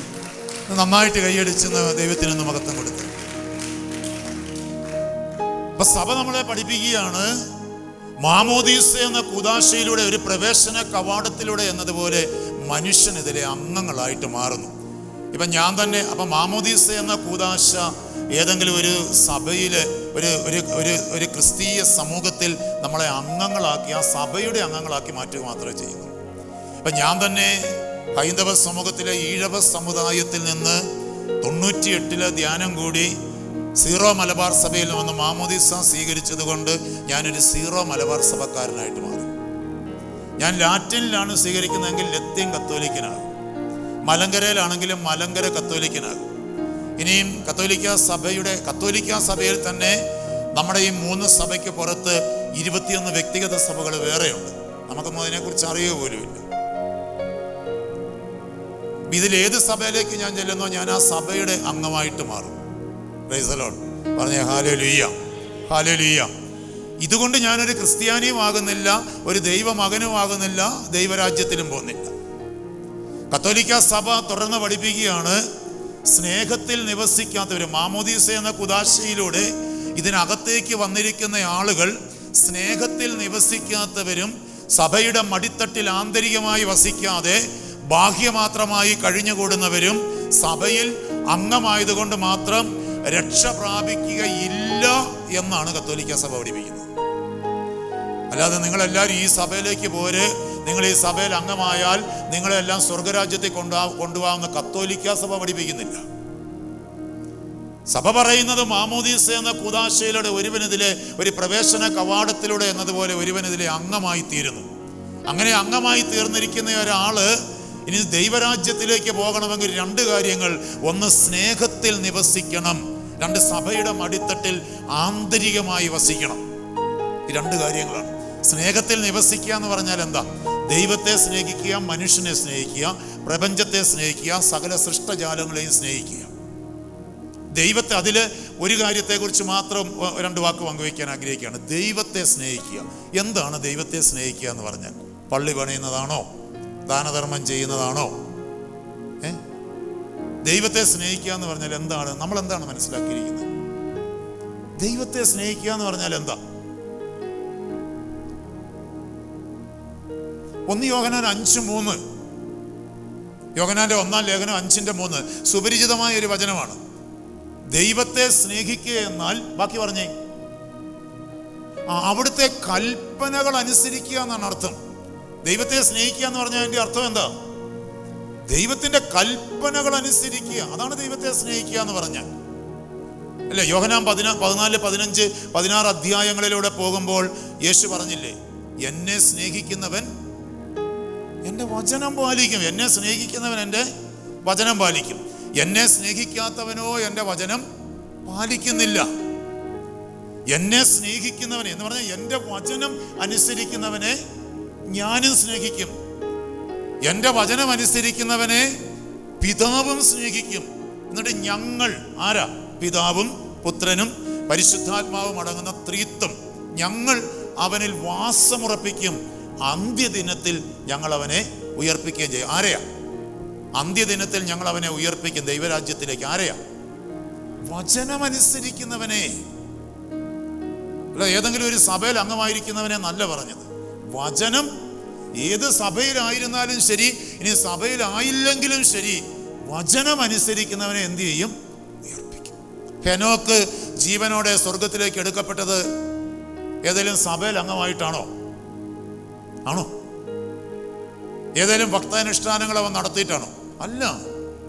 ഒരു കൽപ്പനയും ഇല്ലാതിരുന്ന കാലഘട്ടത്തിലും അവൻ ദൈവത്തിന് പ്രീതികരനായിട്ട് ജീവിച്ചു, വചനമനുസരിച്ചു. അതുകൊണ്ട് അവൻ ആത്മശരീരത്തോടെ സ്വർഗത്തിലേക്ക് എടുക്കപ്പെട്ടു. അവനെ പിന്നെ ആരും കണ്ടിട്ടില്ല. ഏലിയ ഏത് സഭയിൽ അംഗമായിട്ടാ?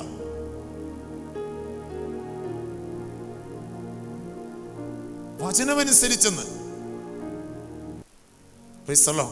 പറഞ്ഞ ഹല്ലേലൂയ, ഹല്ലേലൂയ.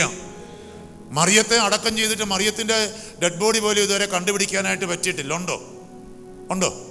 ആത്മശരീരങ്ങളുടെ സ്വർഗത്തിലേക്ക് എടുക്കപ്പെട്ടെന്നാണ് സഭയുടെ വിശ്വാസം, അല്ലേ? എന്തുകൊണ്ടാ? വചനമനുസരിച്ചെന്ന്. സ്ത്രീകളിൽ അവൾ ഏറ്റവും ഭാഗ്യവതിയായിരിക്കുന്നത് യേശുവിൻ്റെ അമ്മയായതുകൊണ്ടല്ലെന്ന് വേദപാഠ ക്ലാസ്സിൽ അങ്ങനെ പഠിപ്പിക്കുന്നത്. വേദപാഠ ക്ലാസ്സിൽ പഠിപ്പിക്കേണ്ടതല്ലെന്ന് ശരിക്കും പഠിപ്പിക്കുന്നത്. നിങ്ങൾക്ക് എന്നോട് വിരോധമൊന്നും തോന്നരുത്. പഠിപ്പിക്കേണ്ടത് പഠിപ്പിച്ചിരുന്നെങ്കിൽ വിരോധം തോന്നല്ലോ കേട്ടോ. ഞാൻ മനസ്സിലാക്കിയിടത്തോളം വചനത്തെക്കുറിച്ച് ആഴമായ പഠനമില്ലാത്ത ഒരു സഭയുണ്ടെങ്കിൽ അത് കാത്തലിക് സഭയാണ്. ഉദാഹരണത്തിന് ഞാൻ പറയാം, ഒരു 10 വയസ്സ് പ്രായമുള്ള ഒരു പെന്തക്കോസ്ത് പയ്യനെ, ഒരു കുഞ്ഞിനെ അവൻ്റെ വിശ്വാസത്തിൽ നിങ്ങൾക്കൊന്ന് വ്യതിചലിപ്പിക്കാവൂ? ഒരു 10 വയസ്സ്, ഞാൻ നിങ്ങളെ വെല്ലുവിളിക്കുക, ഒരു 10 വയസ്സ് പ്രായമുള്ള, ചുമ്മാ പെന്തക്കോസ്തിലാണേലും തോന്നിവാസം ജീവിക്കുന്ന വചനം അനുസരിക്കാത്തവരെ കുറിച്ചല്ല ഞാൻ പറയുന്നത്. ഈ പെന്തക്കോസ്തുകാരനെ സംബന്ധിച്ച് അവനൊരു കുഞ്ഞുണ്ടായാൽ ആ കുഞ്ഞിനൊരു 10-12 വയസ്സാകുമ്പോഴത്തേന് അവൻ്റെ വിശ്വാസം അവൻ ആ കുഞ്ഞിനെ പഠിപ്പിച്ചിരിക്കും. അതിൽ നിന്ന് പിന്നെ ആ കുഞ്ഞിനെ വ്യതിചലിപ്പിക്കുക എന്ന് പറഞ്ഞാൽ നമുക്ക് പറ്റില്ല പ്രിയപ്പെട്ടവരെ. ഒരു മുസ്ലിം മതത്തിൽപ്പെട്ടവരെ നോക്കിക്കേ, അവർ സ്കൂളിൽ വിട്ട് പഠിപ്പിച്ചില്ലെങ്കിലും ഇപ്പം നമ്മൾ എന്നാ ചെയ്യുന്നത്? നമ്മൾ വേദപാഠത്തിന് പോലും വിടാതെ കുഞ്ഞുങ്ങളെ ട്യൂഷൻ പഠിപ്പിച്ചുകൊണ്ടിരിക്കുക. എന്തിനാ? നമുക്ക് കുഞ്ഞുങ്ങളെക്കുറിച്ച് ലക്ഷ്യമുണ്ട്. UK വിടണം, അയർലൻഡിലേക്ക് വിടണം, ലണ്ടനിൽ വിടണം, ജർമ്മനി വിടണം. അതുകൊണ്ട് വേദപാഠ ക്ലാസ്സിന് പോയാൽ ട്യൂഷൻ പോകും. ട്യൂഷന് പഠിച്ചാലേ കുഞ്ഞ് ജയിക്കുകയുള്ളൂ. വേദപാഠ ക്ലാസ്സിന് പോയിട്ട് കുഞ്ഞിന് എന്നാ കിട്ടാനും? അതുകൊണ്ട് വേദപാഠ ക്ലാസ്സിന് പോലും വിടാതെ UK വിടാനുള്ള പഠനത്തിലാണ് നമ്മൾ. മുസ്ലിം എന്ത് ചെയ്യുമെന്നറിയാവോ? സ്കൂളിൽ വിട്ടില്ലെങ്കിലും അവരെന്ത് ചെയ്യും? ഒരു 10-12 വയസ്സാകുമ്പോഴത്തേന് ഒരു മുസ്ലിം കുഞ്ഞിനെ അവരുടെ വിശ്വാസത്തിൽ അവർ അടിയുറപ്പിക്കും. നമ്മുടെ കുഞ്ഞുങ്ങളോ 12ാം ക്ലാസ് കഴിഞ്ഞ് വേദപാഠത്തിൽ നിന്ന് 12ാം ക്ലാസ് വേദപാഠം 12ാം ക്ലാസ് വരെ പഠിച്ചേച്ച് ഇന്ന് 12ാം ക്ലാസ്സിൽ നിന്ന് വേദപാഠം പഠിച്ചിറങ്ങുന്ന കുഞ്ഞുങ്ങളിൽ 60% കുഞ്ഞുങ്ങൾ പിന്നെ പള്ളി കയറുകയില്ല. ചങ്ങനാശ്ശേരി എങ്ങനെയാണെന്ന് എനിക്കറിയത്തില്ല, ഞാൻ ഇടുക്കിയിലെ കാര്യമാണ് പറയുന്നത് എന്ന് നിങ്ങൾ വിചാരിക്കരുത്. ആഗോള സഭയുടെ കാര്യമാണ് ഞാനീ പറയുന്നത്. എന്നിട്ട് നമ്മളെല്ലാത്തിനും ലണ്ടനിലും അവിടെ എവിടെയെല്ലാം വിട്ടു. ഇപ്പം വിട്ടതിൽ 30% പറയുവാണ് ഞങ്ങൾക്ക് കല്യാണം വേണ്ട. വേദപാഠം പോലും പഠിപ്പിക്കാതെ വിട്ടു. 30% പറയാ ഇപ്പം കല്യാണം വേണ്ട. 30% പറയുകയാണ് കല്യാണം കഴിക്കാം, പിള്ളേര് വേണ്ട. കണ്ടീഷനാ പെങ്കൊച്ചുങ്ങൾ വെക്കുന്ന കണ്ടീഷനാ. കല്യാണം കഴിച്ച് ഒരുമിച്ച് ജീവിക്കാം, പക്ഷെ പിള്ളേരുണ്ടാകാൻ പാടില്ല. വേറെ കുറെ ആളുകൾ പറയുകയാണ്, പെണ്ണ് പറയുകയാണ് എനിക്ക് വേറൊരു പെങ്കൊച്ചുമായിട്ട് സ്നേഹമാണ്, ഞങ്ങൾ ഒരുമിച്ച് ജീവിച്ചോളാം. അങ്ങനെ പറയുന്ന കുറെ ആൺപിള്ളേരും ഉണ്ട്. വചനം പഠിപ്പിക്കാതെ അവിടെ ഇവിടെയൊക്കെ വിട്ടതിൻ്റെ ഒരു അനുഭവമാണ്. അതുകൊണ്ട് എനിക്ക് തോന്നുന്നത് എന്നാന്ന് വെച്ച് കഴിഞ്ഞാൽ ഉണ്ണീശ കളരി മുതൽ നമ്മുടെ കുഞ്ഞുങ്ങളെ വചനം പഠിപ്പിക്കേണ്ട വചനങ്ങൾ പഠിപ്പിച്ച് +2 കഴിഞ്ഞൊരു കുഞ്ഞ് പുറത്തേക്ക് ഇറങ്ങുമ്പോൾ ക്രിസ്തുവാകുന്ന പാറമേൽ ആ കുഞ്ഞിനെ അടിയുറപ്പിച്ച് യേശുക്രിസ്തുവിലൂടെ അല്ലാതെ രക്ഷയില്ലെന്നുള്ള ആഴമായ ബോധ്യത്തിൽ നിത്യജീവനിൽ പ്രത്യാശ അർപ്പിച്ച് ഏത് ജീവിതാന്തസ്സിലേക്ക് പോയാലും യേശുക്രിസ്തുവിലൂടെ അല്ലാതെ രക്ഷയില്ലെന്നും യേശു മാത്രമാണ് ഏക രക്ഷകനെന്നും ഈ ലോക ജീവിതത്തിനപ്പുറത്ത് എനിക്കൊരു ജീവിതമുണ്ടെന്നുള്ള ആ ഒരു പ്രത്യാശയിൽ ഒരു കുഞ്ഞിനെ 12ാം ക്ലാസ്സിൽ നിന്ന് ഉറപ്പിച്ച് പുറത്തോട്ട് ഇറക്കിയില്ലെങ്കിൽ ഏതാനും വർഷങ്ങൾ കഴിയുമ്പോൾ സൺഡേ സ്കൂൾ കാണുകയില്ല. പിള്ളേരുണ്ടായിട്ട് വേണ്ടേ സൺഡേ സ്കൂൾ നടത്താൻ? Praise the Lord. നിങ്ങൾക്ക് എന്നോട് വിരോധമൊന്നും തോന്നരുത്. ഇനി വിരോധം തോന്നിയാലും കുഴപ്പമില്ല, സത്യം ഇതാണ്. Praise the Lord. പറഞ്ഞ ഹല്ലേലൂയ, ഹല്ലേലൂയ. ആദിമ നൂറ്റാണ്ടിലെ സഭയും ഇന്നത്തെ സഭയും തമ്മിലൊരു വ്യത്യാസമുണ്ട്. നിങ്ങൾ ഓരോ ആഴ്ചയിലും വചനം കേൾക്കുന്ന കൂട്ടായ്മയായതുകൊണ്ട് വചനം പഠിക്കാൻ തീവ്രമായ ആഗ്രഹം ഉള്ളതുകൊണ്ടാണ് ഞാനിത് പറയുന്നത്. എല്ലാവരോടും ഇത് പറയില്ല. ആദിമ നൂറ്റാണ്ടിലെ സഭയും ഇന്നത്തെ സഭയും തമ്മിലൊരു പ്രത്യേകതയുണ്ട്. ആദിമ നൂറ്റാണ്ടിലെ സഭയെന്ന് പറയുന്നത് വചനത്തിലൂടെ വീണ്ടും ജനിച്ചവരായിരുന്നു അതിനകത്ത് മുഴുവൻ. യഥാർത്ഥ സഭയെന്ന് പറഞ്ഞാൽ വചനത്തിലൂടെ വീണ്ടും ലഭിച്ച ദൈവ മക്കളുടെ കൂട്ടായ്മയാണ് സഭ. എന്താണ് സഭ? മക്കളെ, എന്താണ് സഭ? സഭ എന്താണെന്നാ പറഞ്ഞ്? വചനത്തിലൂടെ വീണ്ടും ജനിച്ച ദൈവ മക്കളുടെ കൂട്ടായ്മയാണ് സഭ. ആ സഭയിൽ ദൈവത്തിൻ്റെ സാന്നിധ്യം അതിൻ്റെ മഹത്വത്തോടു കൂടെ ഇറങ്ങി നിൽക്കും. ഇന്നത്തെ സഭയെന്ന് പറഞ്ഞാൽ പെറ്റുപെരുകിയ സഭയാണ്. ഇന്നത്തെ സഭയെന്ന് പറഞ്ഞാൽ പെറ്റുപെരുകിയ സഭയാണ്. വചനമായിട്ടൊരു ബന്ധമില്ല. വചനമായിട്ട് ബന്ധമുണ്ടെങ്കിൽ കുർബാനയുടെ പേരിൽ അടി നടക്കില്ല. എന്താണ് കുർബാന പ്രശ്നം? യഥാർത്ഥ കുർബാന പ്രശ്നം എന്താ? വിശുദ്ധ കുർബാനയിൽ ഈ ഗോതമ്പപ്പത്തിൽ യേശുവിനെ കാണാൻ പറ്റുന്നില്ല എന്നത് മാത്രമാണ് കുർബാന പ്രശ്നം.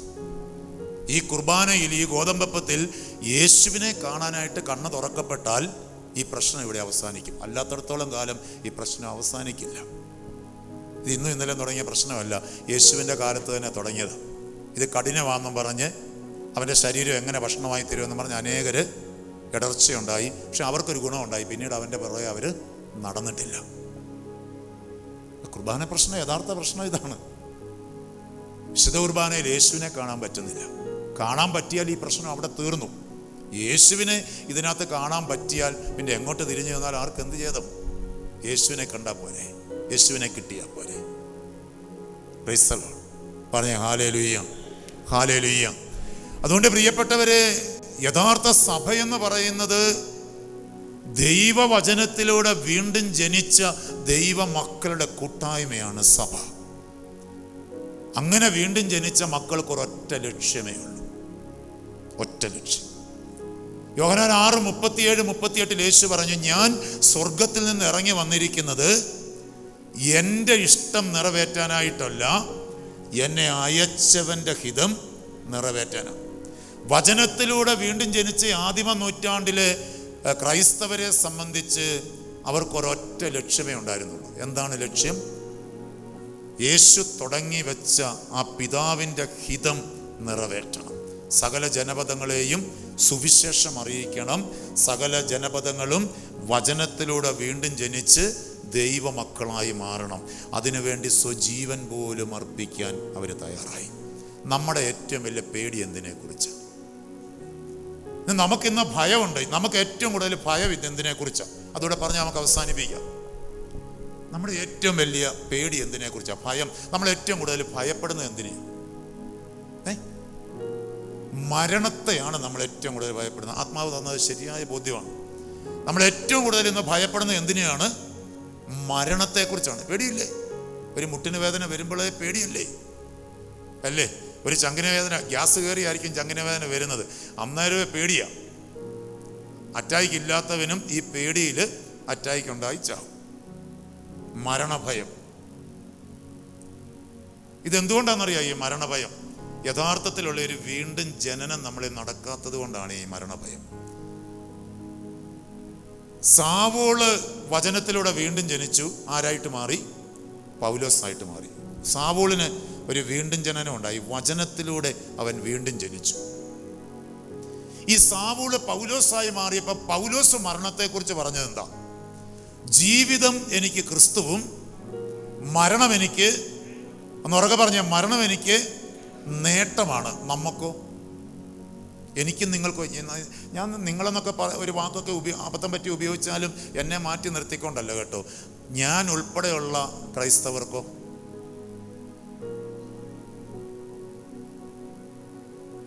വീണ്ടും ജനിച്ചവനും മരണം നേട്ടമാണ്. പൗലോസ് പറയാണ്, ജീവിച്ചാലും ക്രിസ്തുവിനോട് കൂടെ, മരിച്ചാലും ക്രിസ്തുവിനോട് കൂടെ, എങ്കിലും മരിച്ച് അവിടുത്തോടു കൂടെ ആയിരിക്കുന്നതാണ് കൂടുതൽ അഭികാമ്യം. മരണപ്പേടിയില്ല. വീണ്ടും ജനിച്ചവൻ ഒറ്റ ആഗ്രഹമേ ഉള്ളൂ. എന്താണെന്നറിയാം? പിതാവിൻ്റെ ഹിതം നിറവേറ്റി എങ്ങനെയെങ്കിലും ക്രിസ്തുവിലൊന്ന് മരിക്കണം. ഇതാണ് വീണ്ടും ജനിച്ചവൻ്റെ ആഗ്രഹം എന്ന് പറയുന്നത്. ക്രിസ്തുവിൽ ഒന്ന് മരിക്കണം. എങ്ങനെയെങ്കിലും ക്രിസ്തുവിലൊന്ന് മരിച്ചാൽ മതി. തൂങ്ങിച്ചാകുന്നതിനെ കുറിച്ചല്ല ഈ പറയുന്നത്. ക്രിസ്തുവിൽ എങ്ങനെയെങ്കിലും ഒന്ന് മരിച്ചാൽ മതി. കാരണം ക്രിസ്തുവിൽ മരിച്ചാൽ എവിടെയാ? ക്രിസ്തുവിനോട് കൂടെ. ഇന്ന് ഞാൻ മരിച്ചാൽ ഞാൻ ഇന്ന് ക്രിസ്തുവിനോട് കൂടെ ആയിരിക്കും. ഞാൻ ഇന്ന് മരിച്ചാൽ ക്രിസ്തുവിനോട് കൂടെ ആയിരിക്കുമെന്ന് ബോധ്യമുള്ള ഒരാൾക്ക് ചേട്ടാ മരണഭയം ഉണ്ടാവുമോ? ഉണ്ടാവും. അപ്പം നമുക്ക് മരണഭയം ഉണ്ടാകുന്നത് എന്തുകൊണ്ടാണ്? ഈ വീണ്ടും ജനനം നമ്മളിൽ നടക്കാത്തത് കൊണ്ടും ഞാൻ ഇന്ന് മരിച്ചാൽ ക്രിസ്തുവിനോട് കൂടെ ആയിരിക്കുമെന്നുള്ള ചങ്കുറപ്പില്ലാത്തത് കൊണ്ടാണ് മരിക്കാൻ പേടി. അല്ലേ? മരിയാഗോര്യത്തിക്ക് ആ പേടിയില്ലായിരുന്നു.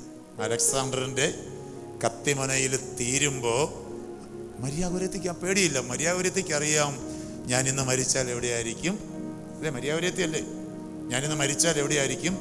ഞാൻ എൻ്റെ കർത്താവിനോട് കൂടെ ആയിരിക്കും.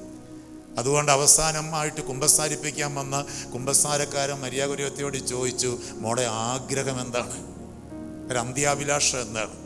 മരിയാഗോര്യത്തി പറഞ്ഞു, ഞാൻ മരിച്ചെൻ്റെ കർത്താവിനോട് കൂടെ ആയിരിക്കുന്നത് പോലെ ഞാൻ ആ ദൈവരാജ്യത്തിലായിരിക്കുമ്പം എന്നെ കുത്തിയ ഈ അലക്സാണ്ടറും അവിടെ ഉണ്ടായിരിക്കണമെന്നാണ് എൻ്റെ ആഗ്രഹം. അല്ലേ? വീണ്ടും ജനിച്ച ഒരുവനെ സംബന്ധിച്ച് ഒരു സഹനം ഉണ്ടായാൽ അവൻ അന്നേരം തെരുവിലിറങ്ങി സമരം ചെയ്യാനായിട്ട് പോവില്ല. കാരണം അവനറിയാം ഈ സഹനം എന്നെ ക്രിസ്തുവിലേക്ക് ഉയർത്താൻ വേണ്ടി. ഇപ്പോൾ ഇവിടെ നമുക്കറിയാം റാണി മരിയ ഇന്നാരാ? വിശുദ്ധ. എങ്ങനെയാണ് റാണി മരിയ ഇത്രയും പെട്ടെന്ന് വിശുദ്ധയായത്? ഈ കൊലപാതകി 55 പ്രാവശ്യം കത്തികൊണ്ട് കുത്തിക്കൊന്നതുകൊണ്ടാണ്. അല്ലെങ്കിലും കുറേ കഴിയുമ്പം ചിലപ്പം, കുറേ പതിറ്റാണ്ടുകൾ കഴിയുമ്പം ചിലപ്പം വിശുദ്ധയായനെ. പക്ഷെ ഇത്രയും പെട്ടെന്ന് വിശുദ്ധയായത് എങ്ങനെയാണ്? ഇങ്ങനെയൊരു ക്രിസ്തുവിന് വേണ്ടി ഇങ്ങനെയൊരു മരണം സ്വീകരിക്കാനുള്ള ഭാഗ്യം കിട്ടിയത് കൊണ്ട് വളരെ വേഗം ആരായിട്ട് മാറി? വിശുദ്ധയായിട്ട് മാറി. അപ്പോൾ ഈ കൊലപാതകി യഥാർത്ഥത്തിൽ ചെയ്തത് എന്താണ്? മരിയ ഗൊരേത്തിയെ വളരെ വേഗം വിശുദ്ധയാക്കി മാറ്റുമായിരുന്നു.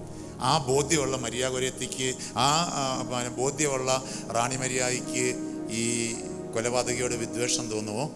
ഒരിക്കലും തോന്നില്ല പ്രിയപ്പെട്ടവരെ. ആ തിരിച്ചറിവ് കിട്ടിയ മനുഷ്യർക്ക് ഇവനോട് വെറുപ്പ് തോന്നുമോ? ആ കൊലപാതകി പെരുമ്പാവൂര് പുല്ലുവഴിയിൽ റാണി മരിയയുടെ വീട്ടിലേക്ക് വന്നപ്പോൾ നഷ്ടപ്പെട്ടു പോയ, ശാരീരികമായി നഷ്ടപ്പെട്ടു പോയ ആ മകൾക്ക് പകരം കിട്ടിയ ഒരു മകനായിട്ടാണ് ആ മാതാപിതാക്കൾ ആ കൊലപാതകിയെ സ്വീകരിച്ചത്. Praise the Lord. Hallelujah, hallelujah. ഇപ്പം പ്രിയപ്പെട്ടവരെ, അപ്പം നമ്മൾ ചിന്തിക്കണം, ഞാൻ ഇപ്പോൾ ദൈവത്തിൻ്റെ മകനായി മകളായി മാറിയിട്ടുണ്ടോ? ഒരു ചിന്ത ഞാൻ തരികയാണ്. ഞാനിപ്പം ദൈവത്തിൻ്റെ മകനായി മകളായി മാറിയിട്ടുണ്ടോ? ദൈവത്തിൻ്റെ മകനും മകളുമായി മാറണമെങ്കിൽ യേശു വചനം മാംസം ധരിച്ച് ജനിച്ചതുപോലെ ദൈവവചനത്തിലൂടെയുള്ള ഒരു വീണ്ടും ജനനം നമുക്കുണ്ടാകണം. ദൈവവചനം നമ്മളിൽ മാംസം ധരിക്കണം. മറ്റൊരു ക്രിസ്തുവായിട്ട് മാറണമെന്നൊക്കെ പറയുന്നതിൻ്റെ കാര്യം അതാണ്. നിങ്ങൾ ക്രിസ്തുവിനെ ഹൃദയത്തിൽ പൂജിക്കുവിൻ, ക്രിസ്തുവിനെ ധരിക്കുവിൻ എന്നൊക്കെ പൗലോസ്ലീഹ പറയുന്നതിൻ്റെ അർത്ഥം അതാണ്. വീണ്ടും ജനിച്ചവനെ അവൻ്റെ വിശ്വാസത്തിൻ്റെ പ്രവൃത്തികളിലൂടെ നമുക്ക് തിരിച്ചറിയാം. യേശു ദൈവത്തിൻ്റെ പുത്രനാണെന്ന് തിരിച്ചറിഞ്ഞത് യേശുവിൻ്റെ പ്രവൃത്തികളിലൂടെയാണ്. വീണ്ടും ജനിച്ചവനെ അവൻ്റെ പ്രവൃത്തികളിലൂടെ, അവനിൽ നിന്ന് പുറപ്പെടുന്ന ഫലങ്ങളിലൂടെ തിരിച്ചറിയാൻ പറ്റും. Praise the Lord. പറഞ്ഞ ഹല്ലേലൂയ. അതാ യേശു പറഞ്ഞ, കാറ്റ് എവിടെ നിന്ന് വരുന്നു എങ്ങോട്ട് പോകുന്നു എന്ന് നീ അറിയുന്നില്ല. ഇതുപോലാണ് വീണ്ടും ജനനം. അപ്പം ഈ കാറ്റ് എവിടെ നിന്നാണ് വരുന്നതെന്ന് നമുക്കറിയത്തില്ല, ഇതെങ്ങോട്ടാണ് പോകുന്നതെന്ന് അറിയത്തില്ല, പക്ഷെ ഇത് അനുഭവിക്കാൻ പറ്റും. ഇതുപോലാണ് വീണ്ടും ജനനം. ഇതെങ്ങനെ സംഭവിക്കുന്നു എന്ന് നമുക്കറിഞ്ഞുകൂടാ, പക്ഷേ വീണ്ടും ജനിച്ചവനെ അവൻ്റെ പ്രവൃത്തിയിലൂടെ നമുക്ക് അനുഭവിക്കാനും തിരിച്ചറിയാനും പറ്റും. നമുക്കൊരു നിമിഷം ദൈവസന്നിധിയിൽ എഴുന്നേൽക്കാം. ഇന്ന് കേട്ട ഈ തിരുവചനത്തെ നമ്മുടെ ഹൃദയത്തിൻ്റെ ആഴങ്ങളിലേക്കൊന്ന് കൊണ്ടുവരും. തന്നെ സ്വീകരിച്ചവർക്കെല്ലാം, തൻ്റെ നാമത്തിൽ വിശ്വസിക്കുന്നവർക്കെല്ലാം ദൈവ മക്കളാകാനായിട്ട് അവനൊരു കഴിവ് നൽകി. അതിൻ്റെ അർത്ഥം, യേശുവിനെ സ്വീകരിച്ചിരിക്കുന്ന, യേശുവിൽ വിശ്വസിച്ചിരിക്കുന്ന നമ്മൾ നിലവിൽ ദൈവമക്കളായിട്ട് മാറിയിട്ടില്ല, ദൈവമക്കളാകാനുള്ള ഒരു കഴിവ് ലഭിച്ചു. ഈ കഴിവ് ഉപയോഗിച്ച് ദൈവവചനം പഠിച്ച്, ദൈവവചനം വിശ്വസിച്ച് ഏറ്റെടുത്ത് ആ വചനം അനുസരിക്കാൻ തയ്യാറായാൽ, അതെത്ര ദിവസം അനുസരിക്കണമെന്ന് ചോദിച്ചാൽ യേശു പറഞ്ഞു, അവസാനം വരെ സഹിച്ചു നിൽക്കുന്നവൻ, പിടിച്ചു നിൽക്കുന്നവൻ രക്ഷ പ്രാപിക്കും. ജീവിതത്തിൻ്റെ അവസാന ശ്വാസം എടുക്കുന്നത് വരെ വചനം അനുസരിക്കാൻ തയ്യാറായാൽ നിത്യജീവനിലേക്ക് പോകും. നിങ്ങൾ എന്നിൽ വസിക്കുകയും എൻ്റെ വചനങ്ങൾ നിങ്ങളിൽ നിലനിൽക്കുകയും ചെയ്യുന്നെങ്കിൽ, വചനം മാംസം ധരിച്ച വചനത്തിൽ ജനിച്ചാലേ ഈ വചനം നമ്മളിൽ നിലനിൽക്കത്തുള്ളൂ. നിലനിൽക്കുകയും ചെയ്യുന്നെങ്കിൽ ഇഷ്ടമുള്ളത് ചോദിച്ചു, നിങ്ങൾക്ക് കിട്ടുമെന്നാണ് പറഞ്ഞത്. യേശുവിൻ്റെ സഹോദരനും സഹോദരിയുമായി മാറി യേശുവിൻ്റെ കൂട്ടവകാശികളായി നമ്മൾ മാറണമെങ്കിൽ ഈ വീണ്ടും ജനനത്തിലൂടെ അവിടുത്തെ മകനായി മകളായി നമ്മൾ മാറണം. ഞാനതിൻ്റെ ഒരു ഔട്ട്ലൈൻ മാത്രമേ പറഞ്ഞുള്ളൂ. ഇനി നിങ്ങൾ അധ്വാനിക്കണം. നിങ്ങൾ വചനം വായിച്ച് അധ്വാനിച്ച് ഓരോ വചനത്തിലൂടെയും വീണ്ടും ജനിച്ച് ദൈവമക്കളായി മാറാനുള്ള ഒരു കഴിവ് നൽകിയിട്ടുണ്ട്. ആ കഴിവ് ഉപയോഗിച്ച് പരിശ്രമിച്ച് മക്കളായിട്ട് മാറണം. അതിനുള്ള കൃപയ്ക്ക് വേണ്ടി തുറന്നു വരുന്ന ആരാധനയിൽ നമുക്ക് ദൈവസന്നിധിയിൽ പ്രാർത്ഥിക്കാം. മുട്ടുമടക്കി ആരാധനാഗീതം ആലപിച്ച് ദൈവസന്നിധിയിലേക്ക് നമ്മളെ സമർപ്പിച്ച് ഒരു വീണ്ടും ജനനത്തിൻ്റെ കൃപയ്ക്ക് വേണ്ടി ദൈവത്തോട് നമുക്ക് യാചിക്കാം.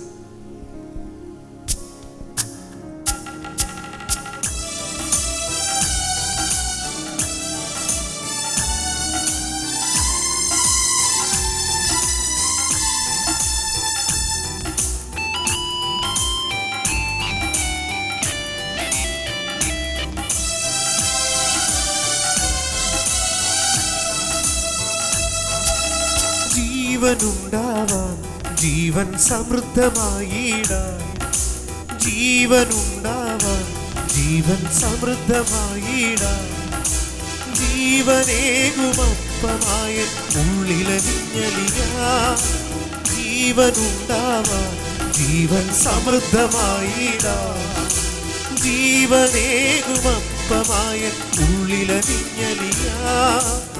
ആരാധന പാടാം ആരാധന, കാരുണ്യത്തിൻ കർത്താവേ ആരാധന. കരങ്ങൾ അടിച്ചു പാടാം, കരങ്ങൾ അടിച്ച് ആരാധന പാടാം ആരാധന, കാരുണ്യത്തിൻ കർത്താവേ ആരാധന. പ്രിയപ്പെട്ടവരെ, യോഹന്നാൻ 10:10 യേശു പറഞ്ഞു, ഞാൻ വന്നിരിക്കുന്നത് നിങ്ങൾക്ക് ജീവൻ ഉണ്ടാകാനും അത് സമൃദ്ധമായി ഉണ്ടാകാനുമാണ്. ജീവൻ ഉണ്ടാകാനും ജീവൻ സമൃദ്ധമാകാനും വേണ്ടി വന്ന ആ യേശുവിൻ്റെ കരങ്ങളിലേക്ക് നമ്മളെ ഒന്ന് സമർപ്പിച്ചുകൊണ്ട്, കർത്താവേ, ഞങ്ങൾ കേട്ട ഓരോ തിരുവചനത്തിലൂടെയും ഒരു വീണ്ടും ജനനത്തിലേക്ക് ഞങ്ങളെ നയിക്കണമേ. അങ്ങ് വചനം മാംസം ധരിച്ച് ജനിച്ച് ദൈവത്തിൻ്റെ മകനായി മാറിയതുപോലെ ഞങ്ങൾ ഓരോരുത്തരും വചനത്തിലൂടെ വീണ്ടും ജനിച്ച് ആ വചനം അനുസരിക്കുന്ന മക്കളായി രൂപാന്തരപ്പെട്ട് അവിടുത്തെ മകനായി മകളായി രൂപാന്തരപ്പെടുവാൻ, സ്വർഗത്തെ ലക്ഷ്യമാക്കി നിത്യജീവനെ ലക്ഷ്യമാക്കി ജീവിക്കുവാൻ ഞങ്ങൾ ഓരോരുത്തരെയും ശക്തിപ്പെടുത്തണമേ, ബലപ്പെടുത്തണമേ. വചനത്തിൽ ആഴപ്പെടാൻ ഞങ്ങളെ സഹായിക്കണമേ. ഒന്ന് ചേർന്ന് പാടി ആരാധിക്കാം.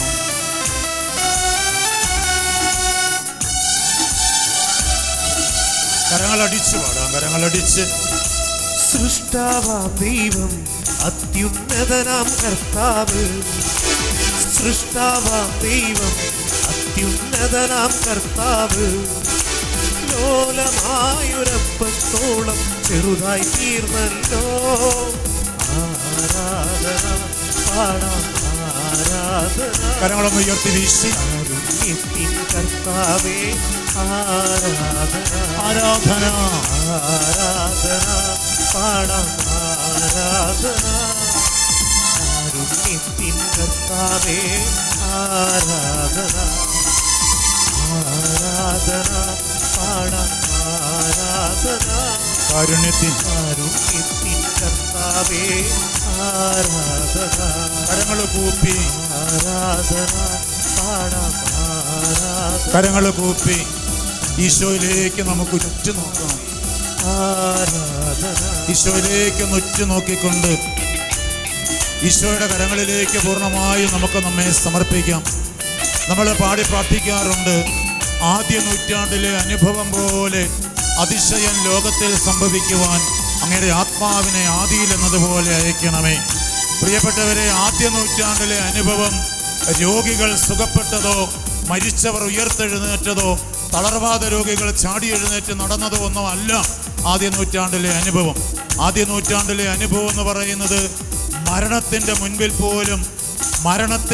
പോലും അടിപതറാതെ ക്രിസ്തുവിൽ വിശ്വസിച്ചുകൊണ്ട് വീണ്ടും ജനിച്ച് ഒരുപറ്റം ദൈവമക്കള് സ്വജീവൻ പോലും അർപ്പിച്ചുകൊണ്ട് ക്രിസ്തുവിന് സാക്ഷ്യം വഹിക്കു വേണ്ടിയുള്ള വിശ്വാസ ശക്തി നേടിയെടുത്തതാണ് ആദ്യ നൂറ്റാണ്ടിലെ അനുഭവം എന്ന് പറയുക. ആ ഒരു അനുഭവം ഏത് പീഡാസഹനങ്ങളുടെ മുൻപിലും ക്രിസ്തുവിൽ അടിയുറച്ച ഒരു വിശ്വാസത്തിൻ്റെ ആഴമായ ഒരു അനുഭവത്തിലേക്ക്, ഒരു വീണ്ടും ജനനത്തിലേക്ക് തമ്പുരാനെ ഞങ്ങളെ ഒന്ന് വീണ്ടും ജനിപ്പിക്കണമേ എന്ന് പ്രാർത്ഥിച്ചുകൊണ്ട് നമുക്ക് പാടി ആരാധിക്കാം. കരങ്ങളടിച്ച്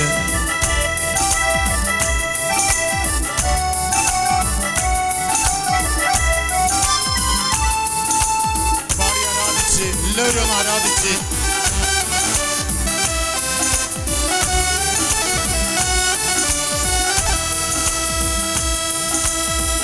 ദിവ്യകാരുണ്യം ചൊരിയും ദിവ്യരക്ഷകരേ, ഓസ്തിരൂപനേശുവേ ആരാധന. ദിവ്യകാരുണ്യം ചൊരിയും ദിവ്യരക്ഷകരേ, ഓസ്തിരൂപനേശുവേ ആരാധന. ഉയർത്തി വീശി ആരാധന ആരാധന ആരാധന ആവർത്തിച്ച് ആവർത്തിച്ച് പാടാം. ആരാധന. കരങ്ങൾ ഉയർത്തി വീശി വേഗം വേഗം പാടി ആരാധിക്കാം. എല്ലാവരും ചേർന്ന് ലോകരക്ഷകനെ, വചനം മാംസം ധരിച്ച തമ്പുരാനെ, ആരാധന ആരാധന ആരാധന. ഇരുകരങ്ങളും ഉയർത്തി സ്വരമുയർത്തി സ്തുതിച്ചേ. ഹല്ലേലൂയ ഹല്ലേലൂയ. ഇരുകരങ്ങളും ഉയർത്തി സ്വരമുയർത്തി സ്തുതിക്കട്ടെ. ഹല്ലേലൂയ. എല്ലാവരും കരങ്ങൾ ഉയർത്തി സ്തുതിച്ചേ. കരങ്ങൾ ഉയർത്തി സ്തുതിച്ചേ. ഹല്ലേലൂയ ഹല്ലേലൂയ ഹല്ലേലൂയ. കരമുയർത്തി സ്വരമുയർത്തി സ്തുതിക്കട്ടെ. ദൈവകരങ്ങളിൽ നമ്മളെ പൂർണ്ണമായും സമർപ്പിച്ചുകൊണ്ട് എല്ലാവരും ഒന്ന് സ്തുതിച്ചേ. യേശുവേ എന്ന് വിളിച്ചു പ്രാർത്ഥിച്ചേ. ജീവന്റെ നാഥനെ എന്ന് വിളിച്ചേ. ഹല്ലേലൂയ ഹല്ലേലൂയ ഹല്ലേലൂയ ഹല്ലേലൂയ ഹല്ലേലൂയ ഹല്ലേലൂയ ഹല്ലേലൂയ. യേശുവേ ആരാധന ആരാധന. യേശുവേ നന്ദി നന്ദി നന്ദി നന്ദി നന്ദി നന്ദി.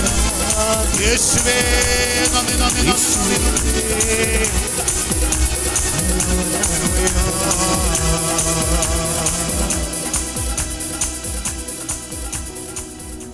പ്രിയപ്പെട്ടവരെ, യോഹന്നാന്റെ സുവിശേഷം 14-ാം അധ്യായത്തിൽ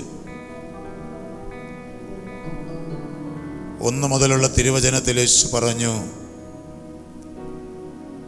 നിങ്ങളുടെ ഹൃദയം അസ്വസ്ഥമാകേണ്ട.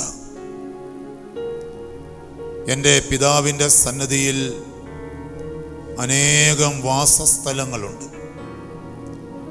ഇല്ലായിരുന്നെങ്കിൽ നിങ്ങൾക്ക് സ്ഥലമൊരുക്കാൻ പോവുകയാണെന്ന് ഞാൻ നിങ്ങളോട് പറയുമായിരുന്നു. ഞാൻ പോയി നിങ്ങൾക്ക് സ്ഥലമൊരുക്കി കഴിയുമ്പോൾ ഞാനായിരിക്കുന്നിടത്ത് നിങ്ങളുമായിരിക്കേണ്ടതിന് ഞാൻ വീണ്ടും വന്ന് നിങ്ങളെ കൂട്ടിക്കൊണ്ടു പോകും. എബ്രായ ലേഖനം 9:28 വചനം പറയുകയാണ്, തന്നെ ആകാംക്ഷാപൂർവം കാത്തിരിക്കുന്നവരുടെ രക്ഷയ്ക്ക് വേണ്ടിയാണ് യേശുവിനെയും വരുന്നത്. ദൈവത്തിൻ്റെ ക്രോധം വെളിപ്പെടുന്ന ആ ന്യായവിധിയുടെ മഹാദിനത്തിൽ നമ്മുടെ ശാരീരികതയിൽ നമ്മൾ ചെയ്തിട്ടുള്ള ഓരോ നന്മത്തിന്മകൾക്കും പ്രതിഫലം നൽകുന്ന ആ ന്യായവിധിയിൽ പ്രിയപ്പെട്ടവരെ, ദൈവം തൻ്റെ സ്വന്തമായി സ്വീകരിക്കുന്നത്, ഏറ്റെടുക്കുന്നത് ദൈവത്തിൻ്റെ വചനത്തിലൂടെ വീണ്ടും ജനിച്ച് ദൈവ മകനായി മകളായി പ്രത്യാശയോടെ കർത്താവിൻ്റെ വരവ് കാത്തിരിക്കുന്ന ദൈവ മക്കളാണ് അവനോട് കൂടെ വാഴാൻ എടുക്കപ്പെടുന്നത്. ദൈവവചനം അനുസരിക്കാത്ത ഒരെണ്ണം രക്ഷ പ്രാപിക്കുകയില്ല. യാക്കോബ് പറയുന്നുണ്ട്, അവന്റെ പ്രത്യാഗമനത്തിൽ യേശുവിൻ്റെ പ്രബോധനത്തിൽ നിലനിൽക്കാതെ, ദൈവത്തിൻ്റെ വചനം അനുസരിക്കാതെ, ദൈവവചനത്തെ നിഷേധിച്ച് കളഞ്ഞ് വചനമനുസരിക്കാത്ത മക്കൾക്കെതിരെ അവിടുന്ന് പ്രതികാരം ചെയ്യുമെന്ന് ദൈവത്തിൻ്റെ വചനം നമ്മളെ പഠിപ്പിക്കുന്നുണ്ട്. ഇത് ദൈവവചനമാണ്. യേശു വചനം മാംസം ധരിച്ച് ജനിച്ച് ദൈവത്തിൻ്റെ മകനും മകനായി രൂപാന്തരപ്പെട്ടതുപോലെ ദൈവവചനത്തിലൂടെ ശരീരത്തിലും ആത്മാവിലും ഹൃദയത്തിലും വീണ്ടും ജനിച്ച് ഓരോ ദിവസവും ദൈവത്തിൻ്റെ വചനമനുസരിച്ച് മനസ്സിൻ്റെ നവീകരണം വഴി ദൈവമകനായി ദൈവമകളായി രൂപാന്തരപ്പെട്ട് ഈ ലോക ജീവിതത്തിനപ്പുറത്ത് തമ്പുരാനോട് ചേർന്നുള്ള ഒരു ജീവിതത്തിൽ, ഒരു നിത്യജീവിതത്തിൽ പ്രത്യാശ അർപ്പിച്ചുകൊണ്ട് അവൻ്റെ വരവ് ആകാംക്ഷയോടെ കാത്തിരിക്കുന്ന ദൈവമക്കൾ മാത്രമേ അവനോടുകൂടെ ദൈവരാജ്യത്തിലേക്ക് എടുക്കപ്പെടുകയുള്ളൂ. അങ്ങനെ വീണ്ടും ജനിച്ച് കാത്തിരിക്കുന്ന ദൈവമക്കളുടെ കൂട്ടത്തിലാകണം നമ്മൾ ഓരോരുത്തരും. അതുകൊണ്ടാണ് ഓരോ ദിവസവും ദൈവവചനം വളരെ ആഴത്തിൽ വായിക്കണം, പഠിക്കണം എന്നൊക്കെ നമ്മളെ പഠിപ്പിക്കുന്നത് കൊണ്ടാണ്.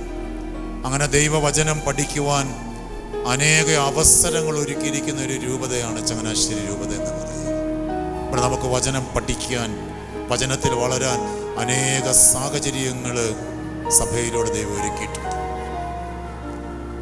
ആ സാഹചര്യങ്ങളെ സ്വീകരിച്ചുകൊണ്ട് ദൈവവചനം പഠിക്കാൻ നമുക്ക് ദൈവം തന്നിരിക്കുന്ന കഴിവ് ഉപയോഗിച്ച് വചനം പഠിച്ച് ആ വചനത്തിൽ വീണ്ടും ജനിച്ച് വചനം അനുസരിച്ച് നമ്മൾ ദൈവ മക്കളായിട്ട് രൂപാന്തരപ്പെടണം. കത്തോലിക്ക സഭയ്ക്ക് പുറത്തുള്ള ചില ക്രൈസ്തവ സമൂഹങ്ങൾ വന്നിട്ട് നമ്മളോട് പറയും, വിശ്വസിച്ച് സ്നാനം സ്വീകരിച്ചാലേ നിങ്ങൾ രക്ഷിക്കപ്പെടും. നിങ്ങളോടൊന്ന് ചോദിക്കുന്ന കാര്യമാണ്, നിങ്ങൾ രക്ഷിക്കപ്പെട്ടോ? അപ്പോൾ ചോദിക്കും, സഹോദര എങ്ങനെയാണ് രക്ഷിക്കപ്പെടുന്നത്? അപ്പോൾ അവർ പറയും, വിശ്വസിച്ച് സ്നാനം സ്വീകരിക്കണം. വചനത്തെക്കുറിച്ച് ശരിയായ അറിവില്ലാത്തത് കൊണ്ട് നമ്മളതിൽ വീണു പോകാം. അനേകർ വീണുപോയി. പക്ഷേ മത്തായി 16, മർക്കോസ് 16 വചനം പറയുന്നത് 15ഉം 16ഉം, നിങ്ങൾ ലോകമെങ്ങും പോയി എല്ലാ സൃഷ്ടികളോടും സുവിശേഷം പ്രസംഗിക്കുവിൻ, വിശ്വസിച്ച് സ്നാനം സ്വീകരിക്കുന്നവൻ രക്ഷിക്കപ്പെടും. രക്ഷിക്കപ്പെട്ടു എന്നല്ല, രക്ഷിക്കപ്പെടും. രക്ഷിക്കപ്പെടാനുള്ള ഒരു സാധ്യതയുണ്ട്. അതുതന്നെയാണ് യോഹന്നാൻ 1:12 പറഞ്ഞത്, തന്നെ സ്വീകരിച്ചവർക്കെല്ലാം, തൻ്റെ നാമത്തിൽ വിശ്വസിക്കുന്നവർക്കെല്ലാം ദൈവമക്കളാകാനായിട്ട് കഴിവ് നൽകി. മർക്കോസിൽ പറയുന്നത്, വിശ്വസിച്ച് സ്നാനം സ്വീകരിക്കുന്നവൻ രക്ഷിക്കപ്പെടും. പെട്ടിട്ടില്ല, പെടും. വിശ്വസിച്ച് സ്നാനം സ്വീകരിച്ചാലും യേശുവിനെ രക്ഷകനും നാഥനുമായി സ്വീകരിച്ച് വിശ്വസിച്ച് സ്നാനം സ്വീകരിക്കുന്നവർക്കുമെല്ലാം ദൈവം നൽകിയ കഴിവ് ഉപയോഗിച്ച്, സാധ്യത ഉപയോഗിച്ച്, ദൈവവചനം പഠിച്ച്, ദൈവവചനം വിശ്വസിച്ച്, ദൈവവചനം അനുസരിക്കുന്ന ഓരോ വചനത്തിലൂടെയും വീണ്ടും ജനിച്ച് ജീവിതത്തിൻ്റെ അവസാന ശ്വാസം പോകുന്നത് വരെ ആ വചനത്തിൽ നിലനിന്ന് ഒരു ദൈവമകനായി, ദൈവമകളായി രൂപാന്തരപ്പെട്ടാലേ ദൈവരാജ്യത്തിലേക്ക് പോകാൻ, ദൈവത്തിൻ്റെ മകനായി, മകളായി മാറാൻ പറ്റുകയുള്ളൂ. രണ്ട് കരങ്ങളും ഈശോയുടെ നേരെ ഒന്ന് നീട്ടിപ്പിടിച്ചുകൊണ്ട് ഈ സമയം നമ്മൾ പ്രാർത്ഥിക്കുന്നത് ഭൗതികമായ ഒരു കാര്യത്തിനും വേണ്ടിയല്ല. ഈ സമയം നമ്മൾ പ്രാർത്ഥിക്കുന്നതും അവിടുത്തെ പുരോഹിതൻ്റെ കരങ്ങളിലൂടെ കൈവപ്പ് ശുശ്രൂഷയിലൂടെ ഒരഭിഷേകത്തിന് വേണ്ടി യാചിക്കുന്നതും ജീവൻ സമൃദ്ധമായി നൽകാൻ വന്ന ക്രിസ്തുവിനോട് നമ്മൾ യാചിക്കുന്നത് ഒറ്റ കാര്യമാണ്. കർത്താവേ, നാളിതുവരെയും എന്നിൽ സംഭവിച്ചിട്ടില്ലെങ്കിൽ ഇനിയെങ്കിലും ദൈവവചനത്തിലൂടെയുള്ള ഒരു വീണ്ടും ജനനത്തിലൂടെ യേശുവിനെ പോലെ, യേശു വചനം മാംസം ധരിച്ച് ജനിച്ചതുപോലെ ഞങ്ങൾ സ്വീകരിച്ച് അനുസരിക്കുന്ന ഓരോ വചനത്തിലൂടെയും വീണ്ടും ജനിച്ച് ദൈവമക്കളായി മരണത്തെ ഭയപ്പെടാതെ പ്രത്യാശയോടെ കർത്താവിനോട് ചേർന്ന് നിന്ന് കർത്താവിന് സാക്ഷ്യം വഹിക്കുവാനും അനേകരെ ഈ സത്യം അറിയിക്കുവാനുമുള്ള ഒരു കൃപയിലേക്ക് ഞങ്ങളെ നയിക്കണമേ എന്ന് പ്രാർത്ഥിച്ചുകൊണ്ടെന്ന് കരം യേശുവിലേക്ക് നീട്ടിപ്പിടിച്ചുകൊണ്ട് ഇവിടെ മൈക്കൊക്കെ ഞാൻ ഓഫ് ചെയ്യുകയാണ്. സ്വരമുയർത്തി എല്ലാവരും ഏതാനും നിമിഷങ്ങളൊന്ന്, ഒരു 2-3 മിനിറ്റ് എല്ലാവരും ഒന്ന് ഈ കൃപയ്ക്ക് വേണ്ടി ഒന്ന് സ്തുതിക്കുകയാണ്. ഒന്ന് സ്തുതിച്ചേ. ഹല്ലേലൂയ, ഹല്ലേലൂയ.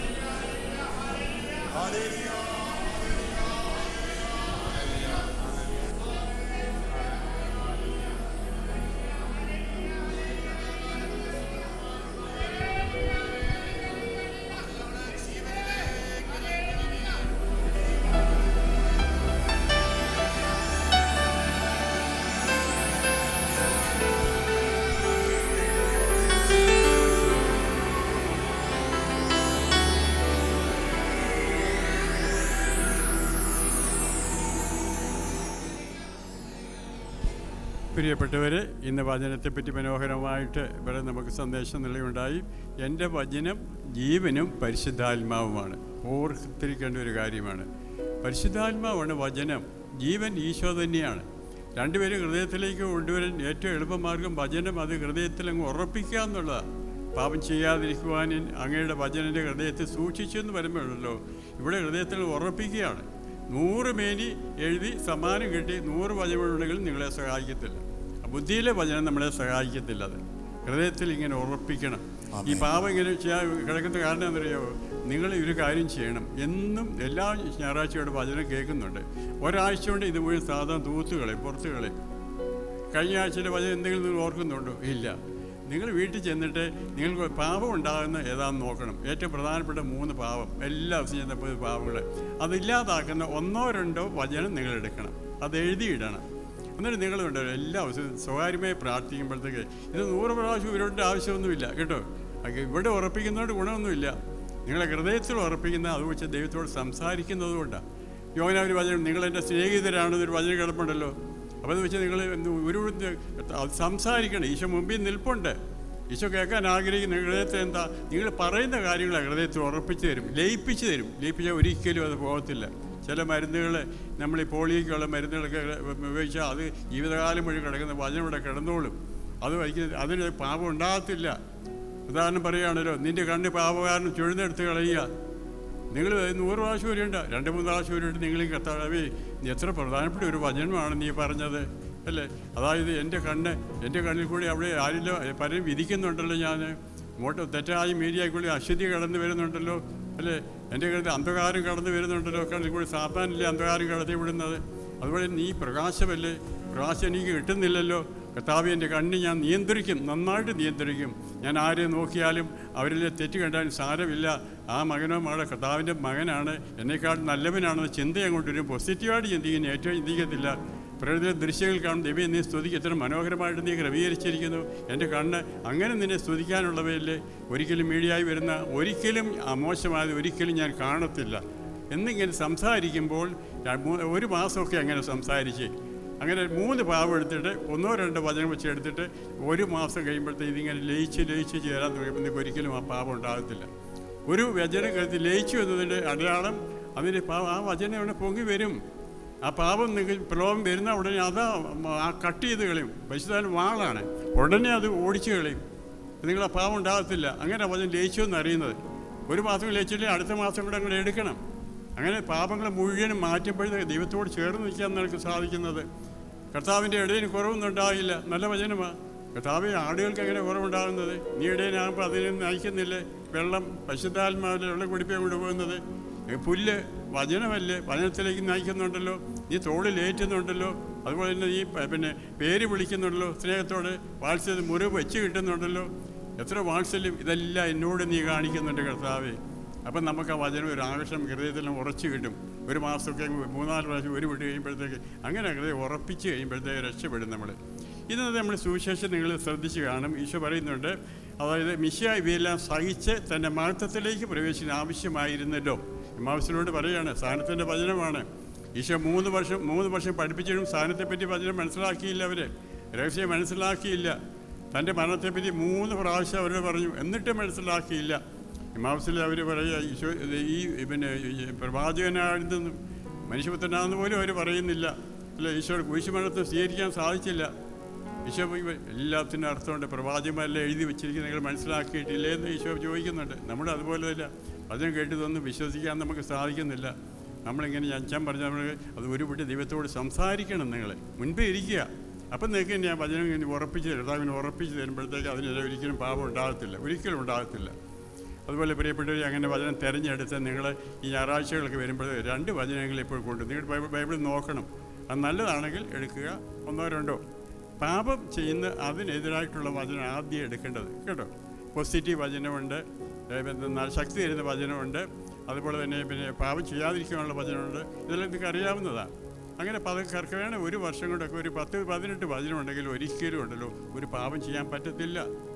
ഈ 2 സഹനത്തെ പറ്റിയുള്ള വചനമുണ്ട്. എൻ്റെ സഹനം നിങ്ങളുടെ ആശ്വാസത്തിന് രക്ഷയ്ക്കും വേണ്ടിയാണ്. പൗലോസ് എഴുതിയിരിക്കുകയാണ്, ഞാൻ സഹിക്കുമ്പോൾ നിങ്ങൾക്ക് ആശ്വാസം കിട്ടുന്നു, രക്ഷ കിട്ടുന്നു. അപ്പം ഞാൻ സഹിക്കുമ്പോൾ ഒരാൾക്കാരനെ തെറി പറഞ്ഞു. ഞാനൊന്നും പറഞ്ഞില്ല, പുഞ്ചിരിച്ചു, അവന് നന്മ നേർന്നു. കർത്താവേ, അവർ അറിവില്ലാത്തതുകൊണ്ട് ക്ഷമിക്കണമെന്ന് അവനോട് ഞാൻ ദൈവത്തോട് പറഞ്ഞു. കർത്താവേ, ഈ സാധനം നിനക്ക് ഞാൻ തരുന്നു, പാപിളെ രക്ഷിക്കാൻ വേണ്ടി എടുത്തുകൊള്ളുക, അവർക്ക് രക്ഷ കിട്ടട്ടെ. നമ്മൾ സഹിക്കുമ്പോൾ ഈശോയുടെ സഹനം കൊണ്ടല്ലേ നമ്മളെ രക്ഷപ്പെട്ടത്, അല്ലേ? കുരിശ് തൻ്റെ സഹനം ജീവിതകാലം മുഴുവൻ സഹനം കുരിശിൽ കിടന്നുകൊണ്ട് സമർപ്പിച്ചു. അങ്ങനെ മനുഷ്യ വ്യക്തി എല്ലാ ഹിന്ദുക്കളും മുസ്ലിംസിലും നമ്മളെല്ലാം രക്ഷപ്പെട്ടത് അങ്ങനെയാണ്. ഇതവൻ്റെ മക്കളായിത്തീരുന്നത് അങ്ങനെയാണ്. അത് നമ്മൾ അറിവ് ഓർക്കണം. ഞാനും മകനെ മകളായിത്തീരുന്നത് അങ്ങനെയാണ്. പക്ഷെ എൻ്റെ കടമ ഇപ്പോഴെൻ്റെ ഈ വചനം സഹനം സ്വീകരിച്ച് കർത്താവിന് സമ്മാനമായിട്ട് കൊടുക്കുകയാണ് എൻ്റെ കടമ. അത് ന്യായവും അന്യായമായ സഹനം വരും. ചെയ്യാത്ത കുറ്റത്തിന് പോലും ഞാൻ മോഷ്ടിച്ചെന്ന് പോലും പറയും, ഒന്നും മിണ്ടണ്ട. പിന്നെ ദൈവം തെളിയിച്ചു കൊടുത്തോളും ഞാൻ മോഷ്ടിച്ചില്ലെന്ന്. അത് ദൈവത്തെ സമ്മാനമായിട്ട്. പക്ഷെ അവരെ അനുഗ്രഹിക്കണം. നിങ്ങൾ സ്വകാര്യമായി പ്രാർത്ഥിക്കുമ്പോൾ ഈശോയുടെ മുമ്പിലിരിക്കുമ്പോഴത്തെ ഈശോ തിരുഹൃദയത്തിൽ മുമ്പിച്ച് നിങ്ങൾക്ക് വേദനിപ്പിച്ച വ്യക്തിയുടെ കാര്യങ്ങളൊക്കെ ഒന്ന് മനസ്സിൽ ചുംബിച്ചാൽ മതി, പോയി ചുംബിക്കേണ്ട. കർത്താവേ, ഈ വ്യക്തിയോട് ഞാൻ ക്ഷമിക്കുന്നു, അനുഗ്രഹിക്കുന്നു. അറിവില്ലാത്തതുകൊണ്ട് എങ്ങനെ പറഞ്ഞാണ് കർത്താവേ, ഞാൻ പ്രത്യേകിച്ച് ഈ മാനവനെ ക്ഷമിക്കുകയും അനുഗ്രഹിക്കുകയും ചെയ്യുന്നു. നിങ്ങൾ കാര്യങ്ങൾ മനസ്സിൽ ചുംബിച്ചു, ആരുടെയും പോയി ചുംബിക്കേണ്ട ആവശ്യമില്ല. പക്ഷേ ആ സമയം നിങ്ങളുടെ ഹൃദയത്തിലെ മുറിവ് കരിഞ്ഞു കിട്ടും. ഹൃദയത്തിൽ ചുംബിക്കുമ്പോൾ രക്തം നിങ്ങൾ ആ വ്യക്തിക്ക് അനുഗ്രഹം കർത്താവ് കൊടുക്കും. പ്രിയപ്പെട്ട, അങ്ങനെ നിങ്ങൾ വെറുപ്പ് ഒരിക്കലും മനസ്സിൽ സൂക്ഷിച്ചുകൊണ്ടിരിക്കരുത്. എല്ലാം മാറ്റിക്കളഞ്ഞു. നിങ്ങളുടെ ഒരു പ്രാർത്ഥനയും കർത്താവ് കേൾക്കത്തില്ല. ഹൃദയത്തിൽ വെറുപ്പുണ്ടെങ്കിൽ അങ്ങനെ എപ്പോഴും എല്ലാ സന്ധ്യാസമയത്തൊക്കെ പ്രാർത്ഥിക്കുമ്പോൾ തനിച്ചൊക്കെ ഇങ്ങനെ ചെയ്യുകയാണെങ്കിൽ ഉണ്ടല്ലോ, ഒരു വെറുപ്പില്ലാത്ത ഹൃദയത്തോടുകൂടി ജീവിക്കുകയാണെങ്കിൽ പ്രാർത്ഥന എല്ലാം കർത്താവ് കേൾക്കും. പ്രിയപ്പെട്ടവരെ, അങ്ങനെ ജീവിക്കുക. നമുക്ക് പ്രത്യേകിച്ച് സ്ഥാനത്തിൻ്റെ വചനമൊക്കെ നിങ്ങൾ എടുക്കണം. അങ്ങനെ എടുത്ത് മുന്നോട്ട് പോകുമ്പോൾ കൃപയൊക്കെ നൽകും. സ്ഥാനം സ്വീകരിക്കാനുള്ള കൃപ, വചനങ്ങളെ സ്വീകരിക്കുമ്പോൾ ഞാൻ ഇപ്പോൾ നിങ്ങൾ ആശീർവദിച്ച് പ്രാർത്ഥിക്കുക. കർത്താവ്, മക്കൾ വചനം കേൾക്കാൻ കൊതിയോടുകൂടി വന്നിരിക്കുകയാണ്. നിൻ്റെ വചനം കേൾക്കാൻ വേണ്ടി 5000-ൽ കൂടുതൽ പുരുഷന്മാരുണ്ടായിരുന്നു, 1000-ൽ കൂടുതൽ സ്ത്രീകളുണ്ടായിരുന്നു, കുട്ടികൾ 10,000-20,000 പേര് വന്നത് വചനം കേൾക്കാൻ വേണ്ടിയാണ്. അവരുടെ ആ വലിയ ദാഹം. അങ്ങനെ ദാഹിച്ച് വരുന്നവർക്ക് നീ കൊടുക്കണമേ. നിൻ്റെ വചനം അത് 100 പ്രാവശ്യം ഉരുവിടുന്നതിലല്ല, 1-2 പ്രാവശ്യം ഉരുവിട്ട് അത് വെച്ച് സംസാരിക്കുന്നതിലാണ് പ്രാധാന്യം. അപ്പോൾ ദൈവത്തിന് മുമ്പിൽ വെച്ച് സംസാരിക്കുമ്പോൾ അതിൻ്റെ പോസിറ്റീവ് വശങ്ങളെല്ലാം കൂടെ ഉറപ്പിച്ച് അതിൽ നിങ്ങൾക്കൊരു എൻ്റെ പ്രകാശം ഹൃദയത്തിൽ പ്രകാശം നിറഞ്ഞു നിൽക്കും. സാത്താനൊരിക്കലും പ്രകാശത്തിലേക്ക് കടന്നു വരാൻ സാധിക്കത്തില്ല. വചനം എൻ്റെ പാദങ്ങൾക്ക് വിളക്കാണ്, പാതയിൽ പ്രകാശമാണെന്ന് പറയുന്നുണ്ടല്ലോ. അങ്ങനെ ഇവർക്ക് തിരിച്ചറിവ് നൽകി വചനം ഉറപ്പിച്ചുകൊണ്ട് സന്തോഷം അവന് കൃപാവർക്ക് നൽകുവാൻ വേണ്ടി ഞാൻ പ്രാർത്ഥിക്കുന്നു. ഈ സമൂഹത്തെ അവിടുന്ന് അനുഗ്രഹിക്കണമേ, ആശീർവദിക്കണമേ, കൃപ നൽകണമേ.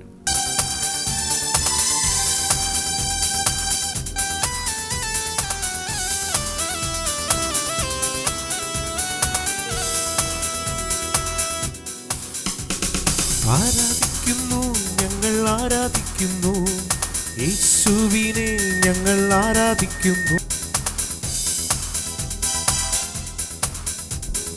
യേശുവിനെ ഞങ്ങൾ ആരാധിക്കുന്നു, ആരാധിക്കുന്നു, ഞങ്ങൾ ആരാധിക്കുന്നു. യേശുവിനെ ഞങ്ങൾ ആരാധിക്കുന്നു, ആരാധിക്കുന്നു, ഞങ്ങൾ ആരാധിക്കുന്നു യേശുവിനെ, ഞങ്ങൾ ആരാധിക്കുന്നു. ചേർന്ന് പാടാം. ആരാധിക്കുന്നു, ഞങ്ങൾ ആരാധിക്കുന്നു യേശുവിനെ, ഞങ്ങൾ ആരാധിക്കുന്നു. സർവശക്തി ശബ്ദമോടെ ആരാധിക്കുന്നു യേശുവിനെ, ഞങ്ങൾ ആരാധിക്കുന്നു. സർവശക്തി ശബ്ദമോടെ ആരാധിക്കുന്നു യേശുവിനെ, ഞങ്ങൾ ആരാധിക്കുന്നു. ആരാധിക്കുന്നു, ഞങ്ങൾ ആരാധിക്കുന്നു യേശുവിനെ, ഞങ്ങൾ ആരാധിക്കുന്നു. സർവശക്തി ശബ്ദമോടെ ആരാധിക്കുന്നു യേശുവിനെ, ഞങ്ങൾ ആരാധിക്കുന്നു.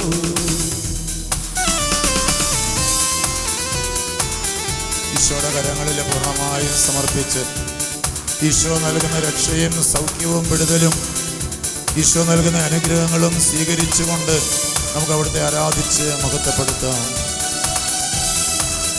നമ്മുടെ ദുഃഖങ്ങൾ, വേദനകൾ, ആകുലതകൾ, ഉത്കണ്ഠകൾ എല്ലാം ഈശോയുടെ സന്നിധിയിലേക്ക് നമുക്ക് കൊടുക്കാം. മുട്ടുമേൽ നിന്ന് കരങ്ങൾ കൂപ്പി അവിടുത്തെ ദിവ്യ ജലത്താൽ, അവിടുത്തെ തിരുരക്തത്താൽ നമുക്ക് വിശുദ്ധീകരിക്കപ്പെടാം. അവിടുത്തെ ആരാധിച്ച് നമുക്ക് മഹത്വപ്പെടുത്താം.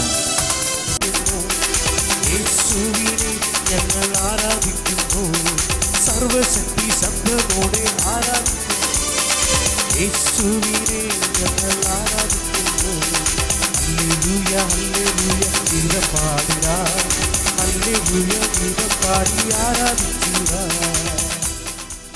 പരിശുദ്ധ ശരീരത്താലും വിലയേറിയ രക്തത്താലും പാപത്തിൻ കറകളിൽ നിന്നും മർത്യനു നീ മോചനമേകി.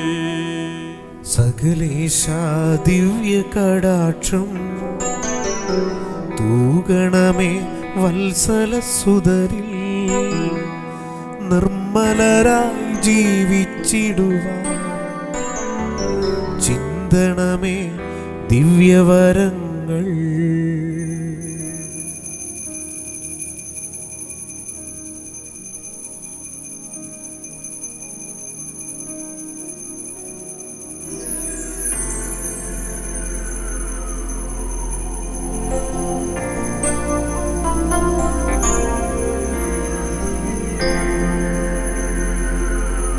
പരിശുദ്ധ പരമമാ ദിവ്യകാരുണ്യമേ, ശിരസ് കുമ്പിട്ട് ആരാധിക്കാം. എന്നുമെന്നും അങ്ങേക്കാരാധന. പരിശുദ്ധ പരമമാ, പരിശുദ്ധ പരമമാ ദിവ്യകാരുണ്യമേ, എന്നുമെന്നും അങ്ങേക്കാരാധന. എല്ലാവരും ചേർന്ന് പരിശുദ്ധ പരമമാ ദിവ്യകാരുണ്യമേ, എന്നുമെന്നും അങ്ങേക്കാരാധന.